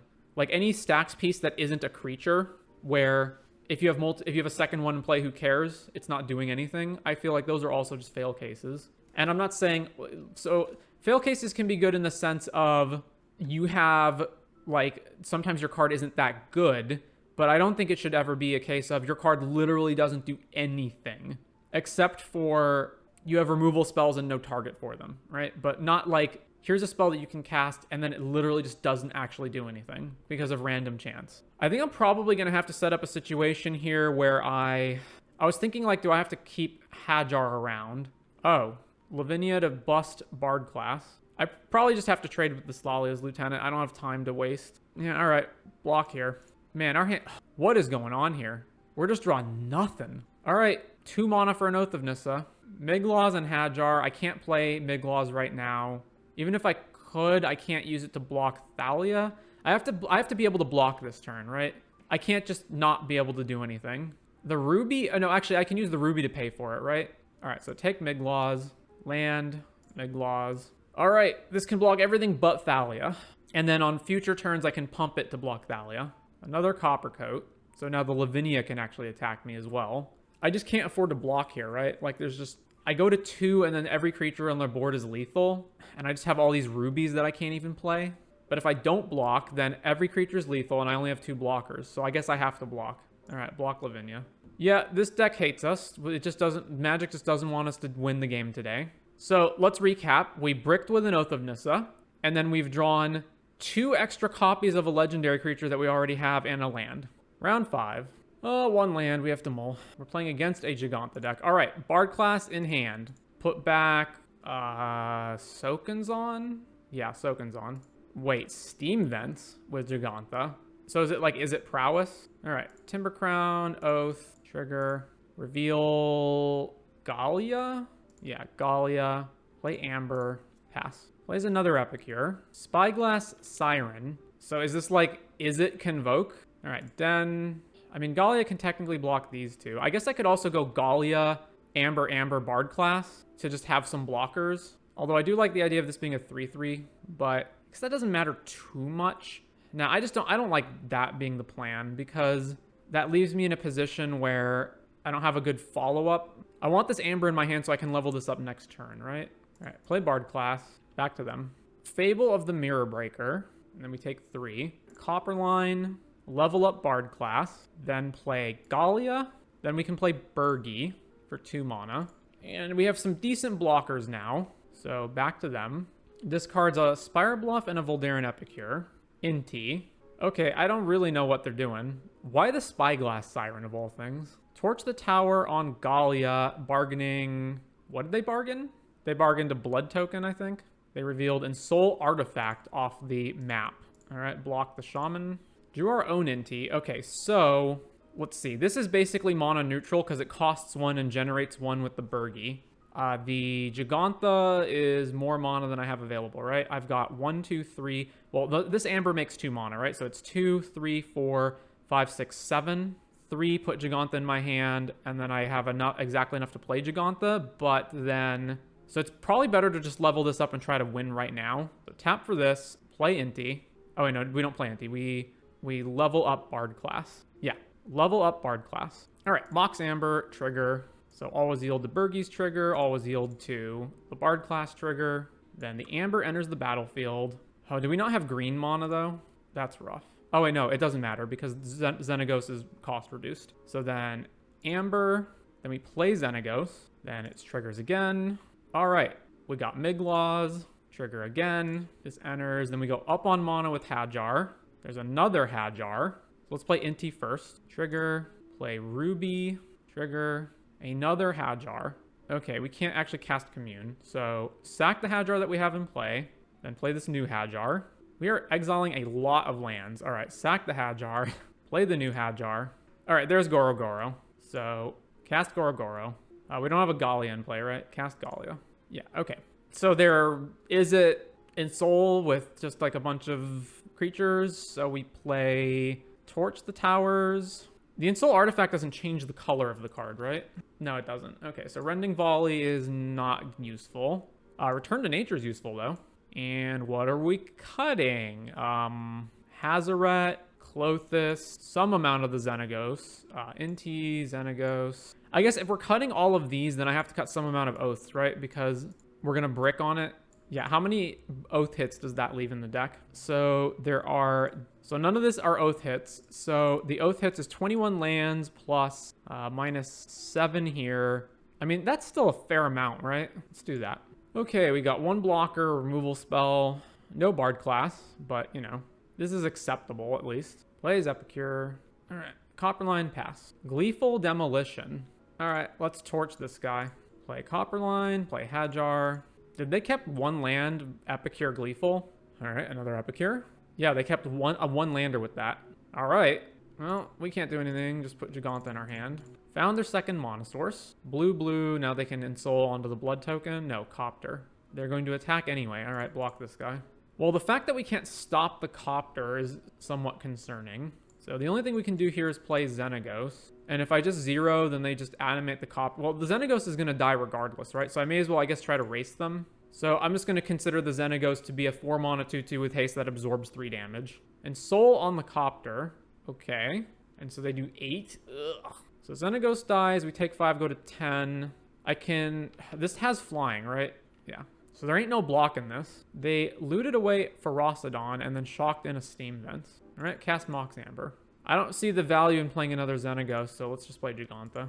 All right, I can only block 1 thing, so let's attack. I'm going to die in 2 hits to this Copter anyway. So torch the tower on this dude, sacking a Goblin token. All right, sack this. All right, so we only have 7 power and they have blockers. So they attack with the Copter. We can't block it. Discards its Citadel. Another Copter. And our draw is Oath of Nissa. Okay, play Oath of Nissa. Gallia, Domri. Domri can fight this. They still have another Smuggler's Copter, though. All right, I guess I take Domri. Yeah, I mean, I'm still on a 2-turn clock with this Copter, though, as well. All right, let's play Domri. Go to combat. Attack with just Gigantha. Oh, really? Do they have just a burn spell in their hand or something? Block Gigantha. Copter. No, they discarded Voldaren Epicure. Okay. I guess they could still just have a burn spell. I mean, if they do, then all right. Oh, they're going to shoot Domri with the torch. I mean, it's the same thing. I still lose to the Copter, so. Okay, so these torches are actually not very good.